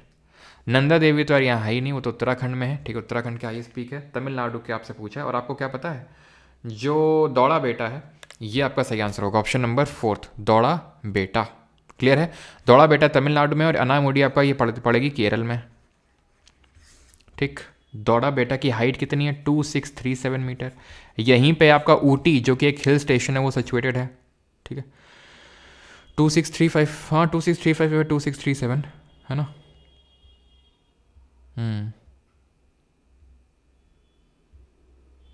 क्लियर? तो ऊटी जो आपका हिल स्टेशन है वो आपका यहीं पे सिचुएटेड है तमिलनाडु में। क्लियर है यहाँ तक? अगला है, विच among the following is not a type of solar Eclipse, निम्नलिखित में से कौन सा एक सोलर इक्लिप्स का प्रकार नहीं है? सोलर इक्लिप्स क्या होता है? सोलर इक्लिप्स, और हाँ महेंद्रगिरी मैंने आपसे पूछा था, कहाँ गया महेंद्रगिरी? ये आपका उड़ीसा में है, ठीक है। तो अगर हम बात करें विच among the following is not a type of solar Eclipse, निम्नलिखित में से कौन सा सूर्य ग्रहण का एक प्रकार नहीं है? तो ग्रहण समझ लेते हैं, जैसे वो तुम्हारे ज़िंदगी में बन गई है वैसे ही ऐसे ही हम ग्रहण भी पढ़ेंगे। क्या होते हैं? 2 तरह के होते हैं, सोलर और लूनर। तो होता क्या है ना कि जब तीनों एक लाइन में आ जाते हैं, कौन? सन, अर्थ और मून, तो ग्रहण होता है। ये सन है, सन कभी किसी के बीच में नहीं आता है, सन जो है सीधा साधा सा कभी बीच में नहीं आता है। अगर जैसे ये अर्थ है, ठीक है, डुक डुक डुक डुक डुक डुक डुक डुक डुक डुक डुक डुक डुक, ये अर्थ है, ठीक है, और ये मून है, मून छोटा है ना अर्थ से, और यहाँ पे बना लेते हैं अर्थ को, और यहाँ बना लेते हैं मून को। तीनों एक लाइन में आ गया, ठीक। तो मून क्या ना चक्कर लगा रहा है अर्थ के राउंड, तो ये कभी इधर आ जाएगा बीच में तो कभी इधर चला जाएगा। जरा बताओ मून कितने टाइम में एक रोटेशन और एक रेवोल्यूशन कंप्लीट करता है अराउंड दी सन? आपको पता है कि मून का, चंद्रमा का सिर्फ हमें एक ही साइड विजिबल होता है। क्यों? क्योंकि मून का रोटेशन का टाइम यानी घूर्णन का और रेवोल्यूशन का, परिक्रमण का, वो सेम होता है। कल पढ़ाया था रोटेशन क्या होता है, रेवोल्यूशन क्या होता है, ठीक। तो अब इनमें से कौन सा सोलर होगा, कौन सा लूनर होगा, ठीक। अभी आप देखो तो परसों ही माघ पूर्णिमा थी, माघ पूर्णिमा थी, पूरा चांद दिख रहा था, एकदम रोशनी थी रात में, है ना, काफ़ी मज़े आ रहे होंगे। कब होता है ऐसा? इस केस में होता है ऐसा, इस केस में ऐसा होता है। इसको क्या बोलते हैं? लूनर इक्लिप्स, ठीक है, ये होता है, इसको बोलते हैं लूनर इक्लिप्स। चंद्र ग्रहण बोलते हैं इसको, जिस दिन पूर्णिमा होती है, पूर्णिमा की रात, ठीक। और जब मून बीच में आ जाता है तो क्या होता है कि मून जब बीच में आ जाता है तो यहाँ पर होता है सोलर इक्लिप्स, इसको बोलते हैं। और यहाँ पर होता है आपका अमावस की रात, अमावस्या की रात। अमावस्या में ही सेलिब्रेट की जाती है दीपावली, पूर्णिमा में रक्षाबंधन सेलिब्रेट किया जाता है, होली सेलिब्रेट की जाती है पूर्णिमा में। क्लियर है? अब तुमको लग रहा होगा कि चांद हमें पूरा कैसे दिख रहा था भैया, आप जब पूर्णिमा थी, माघ पूर्णिमा, क्योंकि चांद में तो रोशनी जा ही नहीं रही होगी, सन ने ब्लॉक कर ली होगी। भैया मैंने ये बताया तीनों एक लाइन में, लेकिन तीनों एक प्लेन में नहीं है। अर्थ आगे की तरफ होगा, मून पीछे की तरफ होगा, तो मून को पूरी रोशनी मिल रही होगी। तो जितना मून का हिस्सा हमें दिख सकता है, जो रफली 60% है, वो दिखा था अभी हमें परसों के दिन। क्यों? क्योंकि सन की पूरी लाइट जा रही थी। तुमको लग रहा है ये तो रोक, अरे कहाँ से रोक लेगा भाई, पीछे से जा रही है ना, एक प्लेन पे नहीं है, एक प्लेन पे नहीं है, लाइन में तो दिख रहे हैं तुमको सामने से देखने में। और यहाँ पर क्या होगा, यहाँ पे यहीं पर रोशनी पड़ेगी, हमें तो ये वाली साइड दिख रही है बस। तो इस वजह से मून बिल्कुल नहीं दिखता है, चांद बिल्कुल नहीं दिखता, अमावस की काली रात होती है ना। और फिर चंद्रकांता का जो भेड़िया होता है वो करता है। ठीक है, तो ये चीज़ क्लियर हो गया। लूनर इक्लिप्स, सोलर इक्लिप्स क्या होता है, लूनर में पूर्णिमा होगा, सोलर इक्लिप्स में अमावस होगा। ठीक है, टाइप्स ऑफ सोलर इक्लिप्स। अब तीनों अगर एक प्लेन पे भी आ जाए तो क्या होगा, सोलर इक्लिप्स के केस में अगर तीनों एक प्लेन पे आ जाए, तीनों एक प्लेन पे भी आ जाए ना, तो कंप्लीट जो सनलाइट मून पे जा रही, अर्थ पे आ रही थी, वो ब्लॉक कर लेगा। मून पे भी पड़ रही है, ठीक है, मून तो भाई सन की लाइट को ही रिफ्लेक्ट करता है ना। Moon is a non luminous object, इसकी खुद की लाइट नहीं होती है, तो ये नॉन ल्यूमिनस ऑब्जेक्ट होता है ये। और सन होता है वो तो ल्यूमिनस ही होता है। तो भाई सन की अगर लाइट को पूरी रोक लेगा मून, अगर एक प्लेन पे आ गया, तो अर्थ में एकदम अंधेरा हो जाएगा। ठीक है, और फिर किल्विस आएगा, क्या बोलेगा किल्विस आके। तो ये होता है आपका टोटल, जहाँ पूरा घेर लेगा। एन्यूलर मतलब साइड साइड से दिख रहा है, और पार्शियल मतलब आधा अधूरा। तो पेनम्ब्रल नहीं होता है एक्चुअल में। पेनम्ब्रल क्या होता है, अम्ब्रा और पेनम्ब्रा होता है। अम्ब्रा होता है डार्क शैडो, डार्क शैडो, और पेनम्ब्रा होता है लाइट शैडो।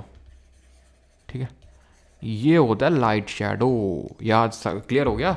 सोलर, लूनर, पूर्णिमा, अमावस, है ना, कितने टाइप का होता है, सब कुछ क्लियर। हाँ जी, चंद्रमुखी वनराज आए है। चंद्र अंधेरा कायम रहे। यस, अंधेला बेटा, मैं अंधेला नहीं बोलता हूँ, ठीक है। अब तुम जो है बोलो सो बोलो, मैं तो अंधेला से मैं सीख गया हूँ, मैंने काफ़ी प्रैक्टिस करी थी एक दिन, पता है। अंधेरा अंधेरा अंधेरा ऐसे बोल बोल के। ठीक है, the founder of the autonomous kingdom of Awadh was, तो अवध के स्वायत्त राजा के संस्थापक कौन थे। शुजाउद्दौला थे, हाँ, सादत खान बुरहानुल मुल्क थे, सफदरगंज थे। सफदरगंज जगह ही पड़ती है ना दिल्ली में, ये सफदरजंग मेट्रो स्टेशन है ब्लू लाइन के लिए, यहाँ उतरे। सफदरजंग, शेरशाह। तो कौन इसका सही आंसर होगा। तो अवध, जल्दी से बताओ, मैंने अवध के बारे में आपको कल क्या बताया था। तो अवध का जो पहला था वो सादत खान बुरहानुल मुल्क था, और आखिरी कौन था, लास्ट कौन था। तो लास्ट था कौन, वाजिद अली शाह, वाजिद अली शाह। ठीक है, वाजिद अली शाह थे। ठीक है, मैंने आपको उसके रिगार्डिंग ये बताया था कि 1856 में कब्जा कर लिया था अंग्रेज़ों ने। इससे पहले डलहौजी बोल के गया था कि इट वाज चेरी, है ना, on the which is just to be dropped on the mouth of Britishers. ठीक है, माउथ ऑफ ब्रिटिशर्स में गिरने वाली, ऐसा डलहौजी ने बोला था। ठीक है, किसने बोला था, कल हम पढ़ चुके हैं, इसलिए मैं पूरा नहीं लिख रहा हूँ इसको।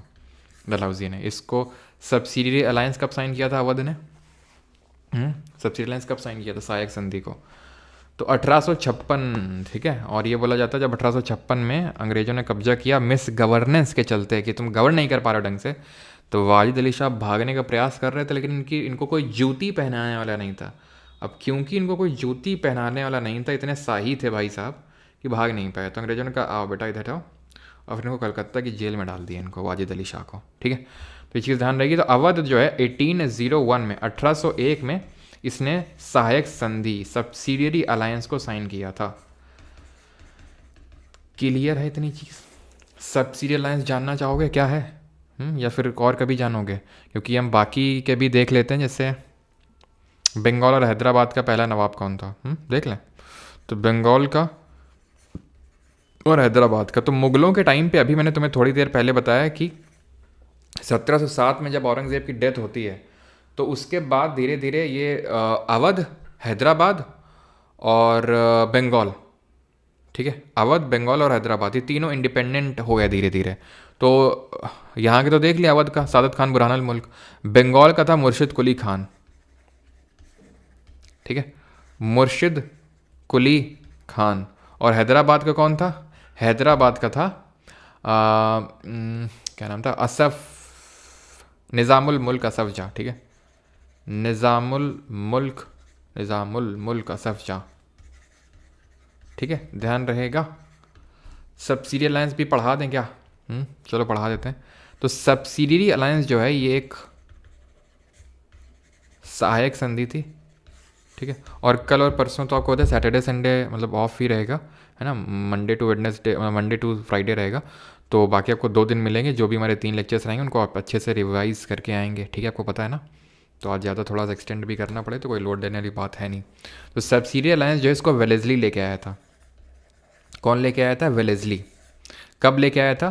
1798, 1798 में, जिसके तहत ये बोला गया था कि एक ब्रिटिश रेजिडेंट आपको रखना होगा, एक ब्रिटिश रेजिडेंट रखना होगा अपनी कोर्ट में, ठीक है, अपनी आर्मी को हटा के, ठीक है, लोकल जो आपकी आर्मी है उसको हटा के ब्रिटिश आर्मी रखो, ठीक है, हम तुम्हें आर्मी देंगे बेटा, तुम चिंता मत करो, है ना, हमारी आर्मी रखो, और बिना हमारे पूछे किसी ट्रीटी, बिना किसी कोई ट्रीटी नहीं साइन कर सकते हो किसी यूरोपियन के साथ या फिर किसी के साथ भी, बिना पूछे हमारे। ये था सबसिडी अलायंस में, और इसके बदले क्या देंगे ब्रिटिशर तुम्हें?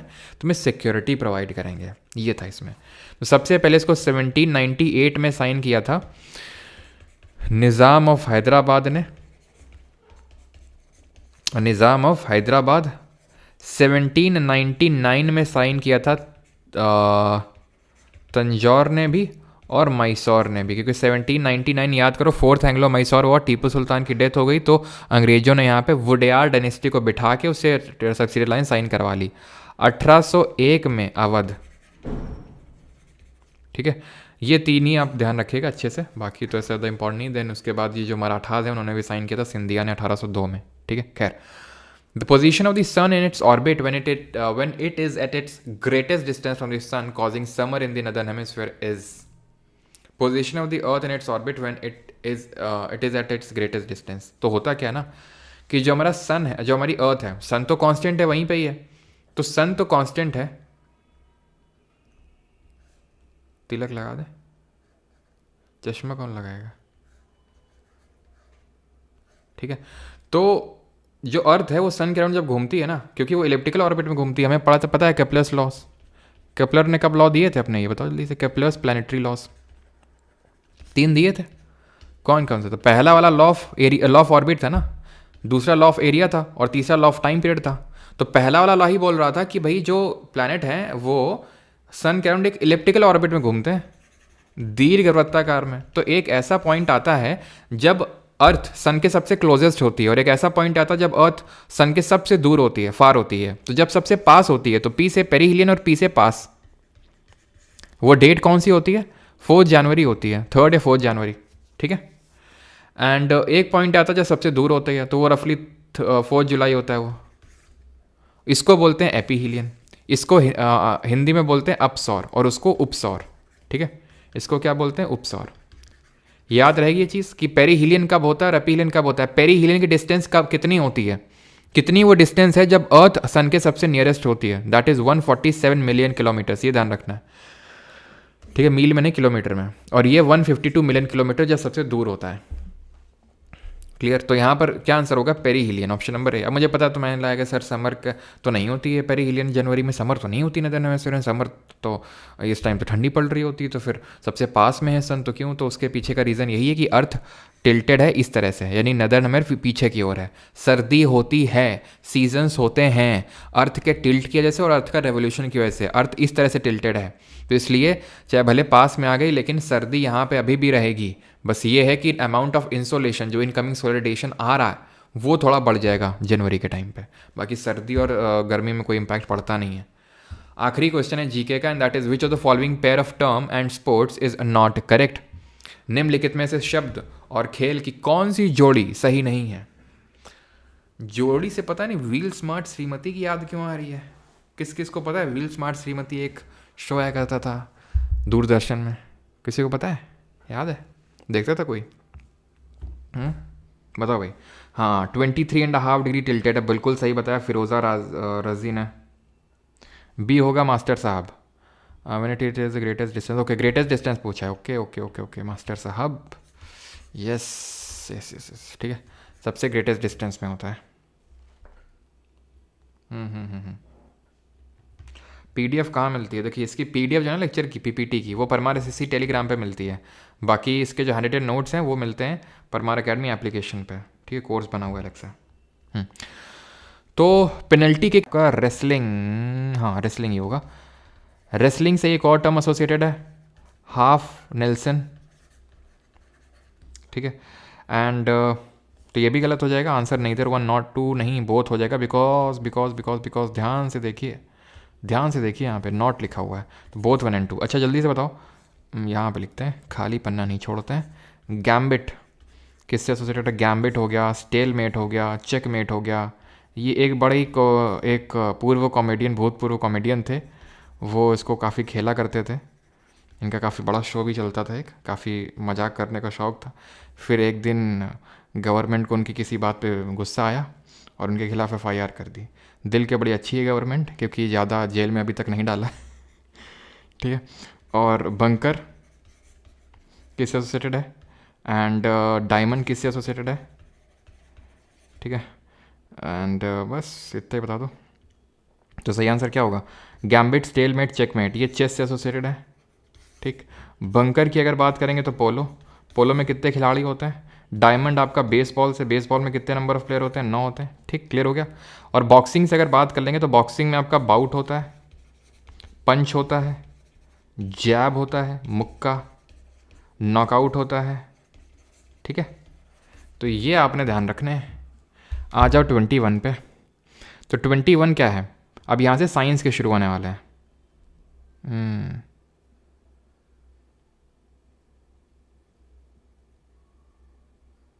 हाँ, डायमंड कार्बन स्ट्रॉन्ग, हाँ डायमंड एलोट्रोप भी रिकॉल कर सकते हो, लेकिन अभी क्योंकि हमने ज़्यादा पढ़ा नहीं है तो इसमें से जानबूझ के रिकॉल को थोड़ा सा कम करता हूँ, क्योंकि वो चीज़ अभी हमने पढ़ा नहीं है ना।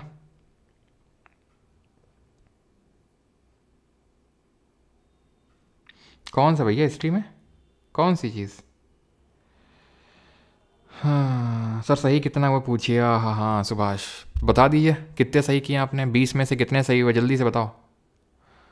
When lead nitrate is heated, जब इसको हीट करते हैं लेड नाइट्रेट को, then which of the following gas is produced? Nitrogen oxide, lead dioxide, nitrogen dioxide या फिर लेड ऑक्साइड? तो भाई हम यहाँ पर लेड नाइट्रेट को हीट करते हैं, PbNO3 का होल ट्वाइस। ये रिएक्शन होती है बैलेंस्ड वाली, ठीक है। 2PbO plus 4NO2 plus O2, balance है ना, चेक कर लेना एक बार। तो यहाँ पे पूछ रहा है कि गैसेस कौन सी प्रोड्यूस होती है, तो नाइट्रोजन ऑक्साइड नहीं, नाइट्रोजन डाइऑक्साइड प्रोड्यूस होती है। और इसके कैसे फ्यूम्स होते हैं? इसके ब्राउन फ्यूम्स प्रोड्यूस होते हैं, टेस्ट ट्यूब ब्राउन हो जाती है, भूरी भूरी जाग होती है। इसको क्या बोलते हैं? इसको बोलते हैं डीकम्पोजिशन। और कैसा डीकम्पोजिशन? Thermal decomposition. डीकम्पोजिशन में क्या होता है? डीकम्पोजिशन कॉम्बिनेशन का उल्टा होता है। कॉम्बिनेशन रिएक्शन ये होती है, ये होती है कॉम्बिनेशन रिएक्शन, ठीक। और ये होती है थर्मल डिकम्पोजिशन। आपको समझ में आ गया होगा। एक रिएक्टेंट है, मल्टीपल प्रोडक्ट्स बना रहा है, यहाँ पे मल्टीपल रिएक्टेंट्स है, सिंगल प्रोडक्ट बन रहा है। थर्मल डिकम्पोजिशन है ये एंडोथर्मिक नेचर की। एंडोथर्मिक का मतलब है हीट चाहिए इसको करवाने के लिए। वहीं जो कॉम्बिनेशन और रिएक्शन होती है वो एक्जोथर्मिक नेचर की होती है। जैसे फॉर एग्जाम्पल जो कंबशन रिएक्शन होती है वो आपकी कॉम्बिनेशन का एग्जाम्पल है कंबशन। कंबशन का मतलब क्या होता है? कंबशन का मतलब सिंपल होता है जलना किसी चीज़ का। किसी चीज़ को आप ऑक्सीजन के प्रेजेंस में, ऑब्वियस सी बात है जलेगी, आग बिना ऑक्सीजन के तो लगेगी नहीं, है ना। तो जब किसी चीज़ को जलाते हैं तो कंबशन रिएक्शन होती है, और वो कॉम्बिनेशन रिएक्शन का एग्जाम्पल होती है। और कॉम्बिनेशन रिएक्शन एक्सोथर्मिक नेचर का होता है। एक्सोथर्मिक का मतलब होता है ऊष्माशोषी, यानी कि जिसमें कि हीट रिलीज होती है, जिसमें कि अच्छा, आप कोई और एक ऐसा थर्मल डिकम्पोजिशन रिएक्शन बता सकते हैं जिसको कि हम ब्लैक एंड वाइट फोटोग्राफी में यूज़ करते हैं उस रिएक्शन को? एंडोथर्मिक वो होती है जहाँ पे हीट नीडेड होती है, जहाँ पे ऊष्मा की आवश्यकता होती है। तो अगर मैं एक और एग्जाम्पल की बात करूँ तो दैट वुड बी ये वाला reaction, 2AgBr, 2Ag plus Br2। इसको हम यूज़ करते हैं ब्लैक एंड वाइट फोटोग्राफी में, ठीक है। ब्लैक एंड वाइट फोटोग्राफी में इसको यूज़ किया जाता है। Muscles are of 3 types which the following is not one of them. मांसपेशियाँ जो होता है वो 3 प्रकार की होती हैं, तो निम्नलिखित में से कौन सा एक प्रकार नहीं है? सेसेमॉइड, स्मूथ, कार्डियक या फिर स्केलेटल? बताओ जल्दी से।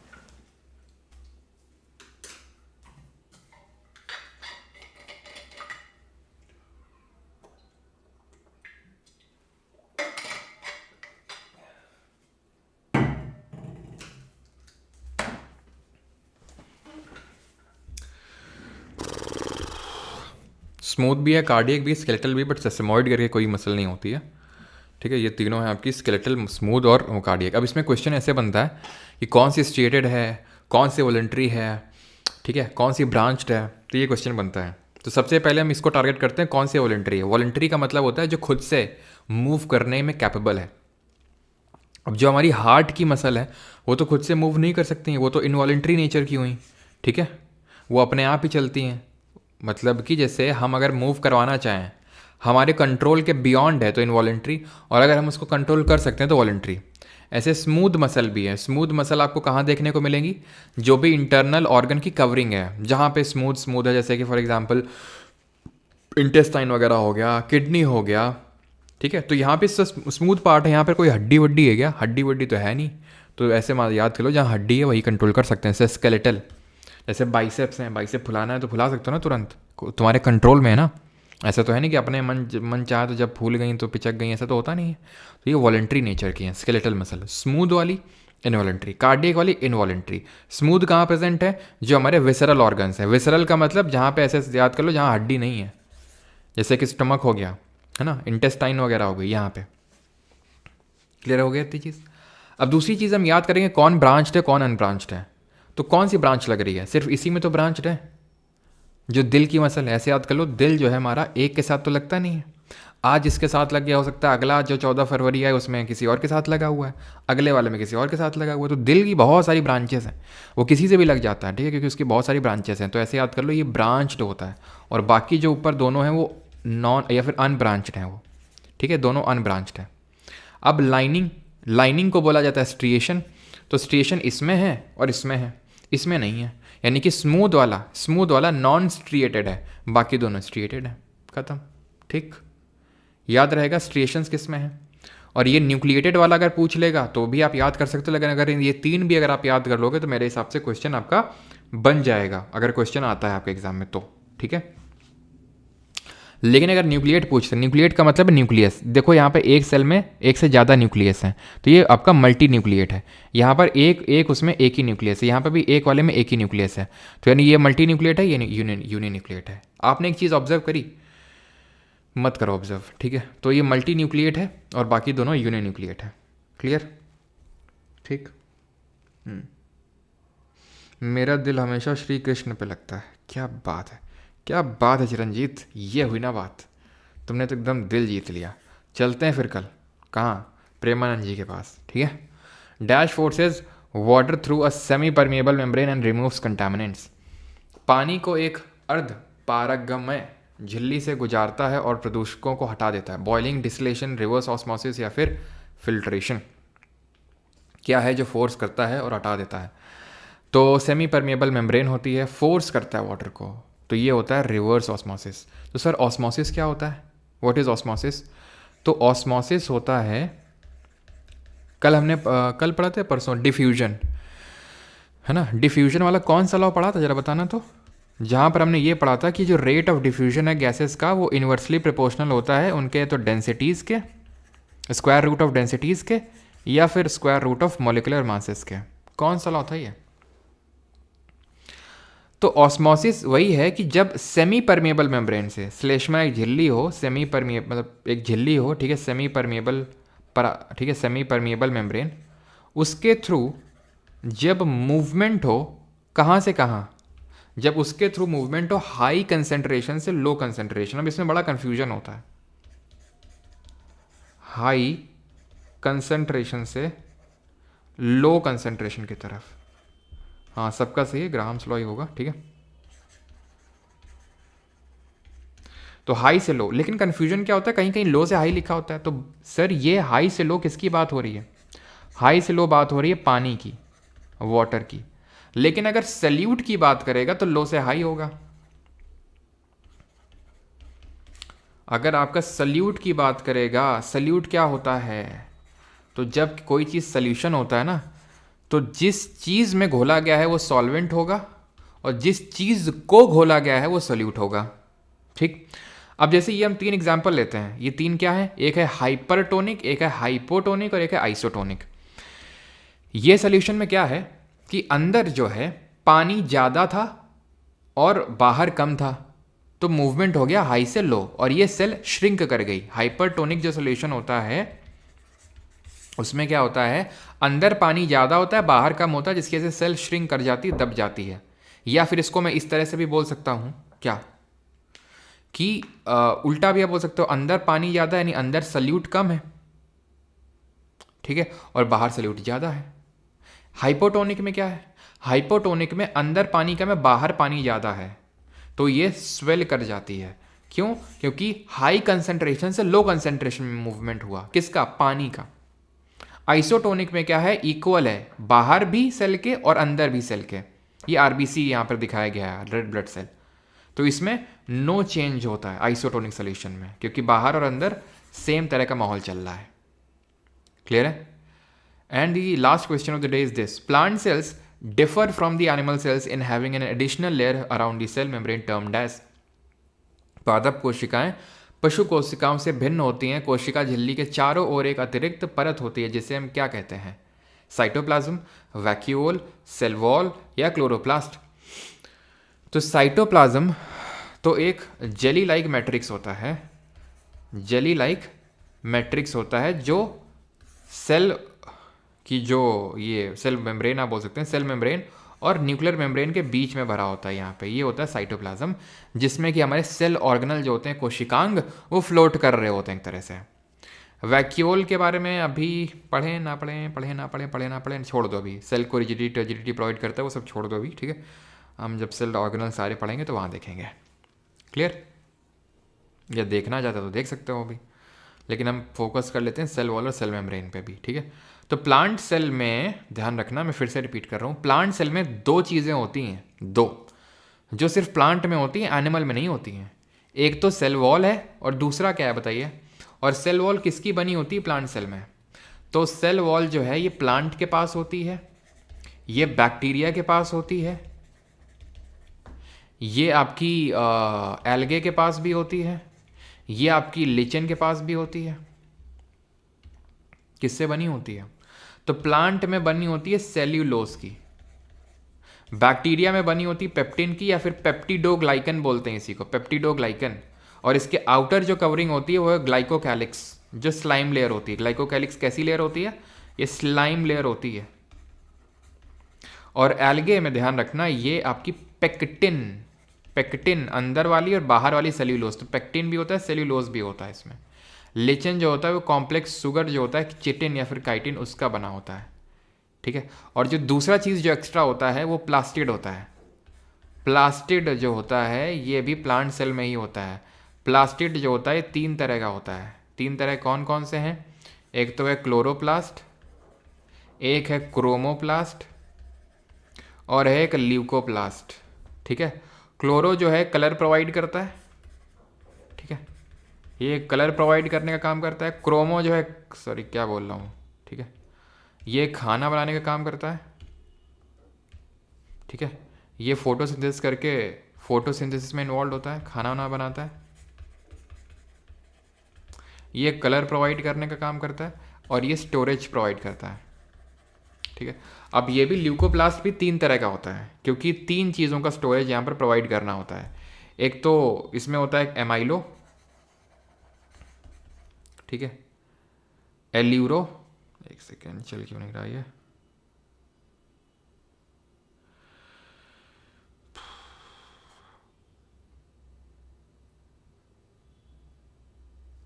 ठीक है, एमाइलो, एल्यूरो और इलाइयो, ठीक है। Amyloplast, aleuroplast, इलाइयोप्लास्ट। एमाइलो जो है वो कार्बोहाइड्रेट को स्टोर करता है। एल्यूरो जो है, एल्यूरो जो है ये आपका प्रोटीन को स्टोरेज प्रोवाइड करता है, ठीक है, ये आपका प्रोटीन को स्टोरेज प्रोवाइड करेगा। एंड इलाइयो जो है, लाई में क्या होता है? फैट होता है ना, ऐसे याद कर लो तो फैट। अच्छा, कलर प्रोवाइड करता है, तो जैसे अगर मैं बात कर लूँ, कैरेट को कलर किससे मिलता है बताओ जल्दी से? कैरेट को कलर किससे मिलता है? तो कैरेट को मिलता है कैरोटेनाइट से, ठीक है, या फिर बीटा कैरोटीन, ठीक है, ध्यान रहेगा, बीटा कैरोटीन कैरेट को। अब बढ़ते हैं आपका होमवर्क क्वेश्चन की ओर, and this homework question is this: which of the following is correct regarding the respiration? श्वसन के संबंध में निम्नलिखित में से कौन सा कथन सही है? स्टेटमेंट आपके सामने है, आप इसका आंसर देंगे और ठीक है बताएंगे आप। कल का जो होमवर्क क्वेश्चन था वो ये था, विच of the following is not a non contact force, यानी इनमें से नॉन कॉन्टैक्ट फोर्स कौन सा नहीं है। मतलब आपसे पूछना क्या चाह रहा है, पूछना ये चाह रहा है कि इनमें से कौन सा कॉन्टैक्ट फोर्स है, ये तो पूछना चाह रहा है आपसे, बताओ। यही तो पूछना चाह रहा है कि कॉन्टैक्ट फोर्स कौन सा इसमें। तो भाई कॉन्टैक्ट में कौन सा आता है, ग्रेविटेशनल फोर्स के लिए कॉन्टैक्ट जरूरी नहीं होता है। इलेक्ट्रोस्टैटिक भी ये चार्जेस के बीच में लगता नहीं ज़रूरत होता है। फ्रिक्शन घर्षण बल जो होता है वो जब दो चीज़ें रब करती हैं आपस में तब फ्रिक्शन फोर्स लगता है। मैग्नेट भी एक आपस में एक दूसरे को अट्रैक्ट करते हैं, तो ऐसे कॉन्टैक्ट फोर्स नहीं होता है। ग्रेविटेशनल फोर्स का फॉर्मूला क्या होता है,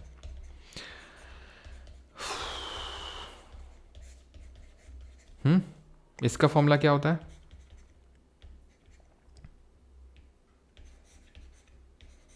ना, एकदम सेम होता है। तो इलेक्ट्रोस्टैटिक फोर्स ये होता है आपका, क्लियर। अब जरा बताइए जो जी होता है ना, इसकी वैल्यू क्या होती है।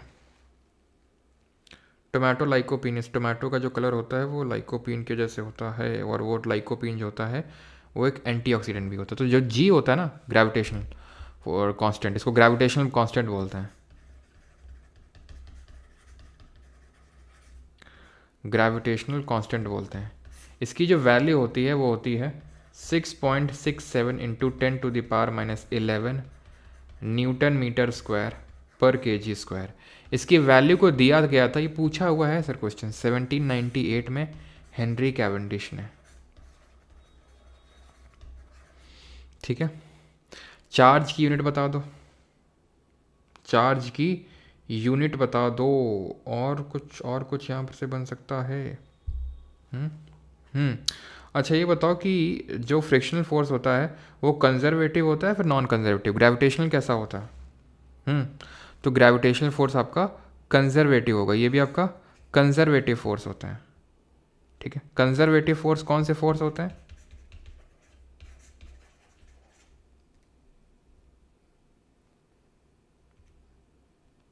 कंजर्वेटिव फोर्स वो फोर्स होते हैं जिसमें work done is not dependent, work done is not dependent या फिर is independent of path, independent of path. वहीं पे अगर बात करेंगे तो जो आपका फ्रिक्शनल फोर्स है वो आपका नॉन कंजर्वेटिव फोर्स आ जाएगा, ठीक है, जो डिपेंडेंट होता है पाथ पे, ये आपका कंजर्वेटिव फोर्स हो जाएगा। संरक्षी बल हो जाएगा फ्रिक्शन फोर्स, और ये दोनों गैर संरक्षी बल हो जाएंगे, मैग्नेटिक भी, ठीक है। तो यहाँ पे लेक्चर होता है हमारा ख़त्म, और बाकी जिन लोगों को भी नोट्स लेने हैं तो आप परमार एकेडमी ऐप से जाके ले सकते हैं कोर्स में जो नोट्स हैं, ठीक है। जो इंग्लिश में आपके मिलेंगे जो डिजिटल नोट्स हैं, और हिंदी में हैंडरिटन नोट्स होंगे, आप जाके देख सकते हो दोनों तरह के नोट्स कैसे क्या हैं। पहले नोट्स आपके फ्री रहेंगे सभी के लिए, ऑलराइट। एंड सॉन्ग सुनाना था, ओके सॉन्ग भी सुना देते हैं, और ये आपकी मैगज़ीन है, ठीक है। तब तक सॉन्ग हम सर्च करते रुको, सॉन्ग सुनाना था ना, सुनाते रुको। एक स्टूडेंट ने बनाया था यार, उसने सेंड किया, तो उसने टैग किया था कल, तो फिर उन्होंने कल देखा, देखते हैं। तो ये चीज़ है, ठीक है, ये मैगज़ीन है, ये और से आप सब जानते हैं। कहाँ गया, ये है। इस गीत के साथ मैं आपको छोड़ जाता हूँ, है ना, और मिलते हैं मंडे को, मंडे को मिलेंगे।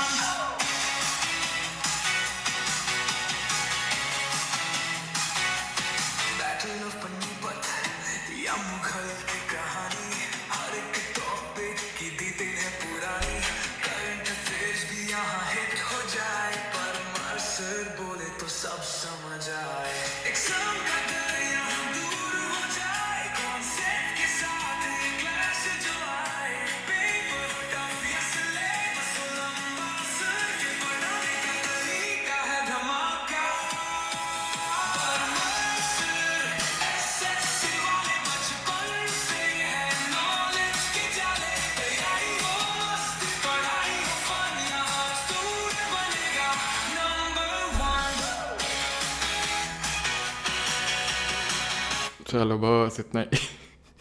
कैसा लगा? हम्म?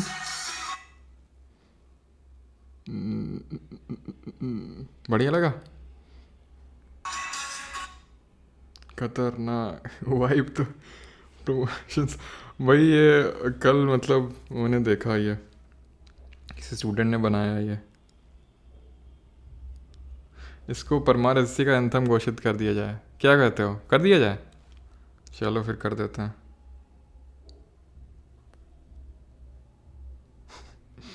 चलो चलो चलो चलो भाई, थैंक यू। मिलते हैं मंडे को, ठीक है? रिवीजन करके आना तीनों लेक्चर्स का। ऑलराइट, मंडे को मिलेंगे हम।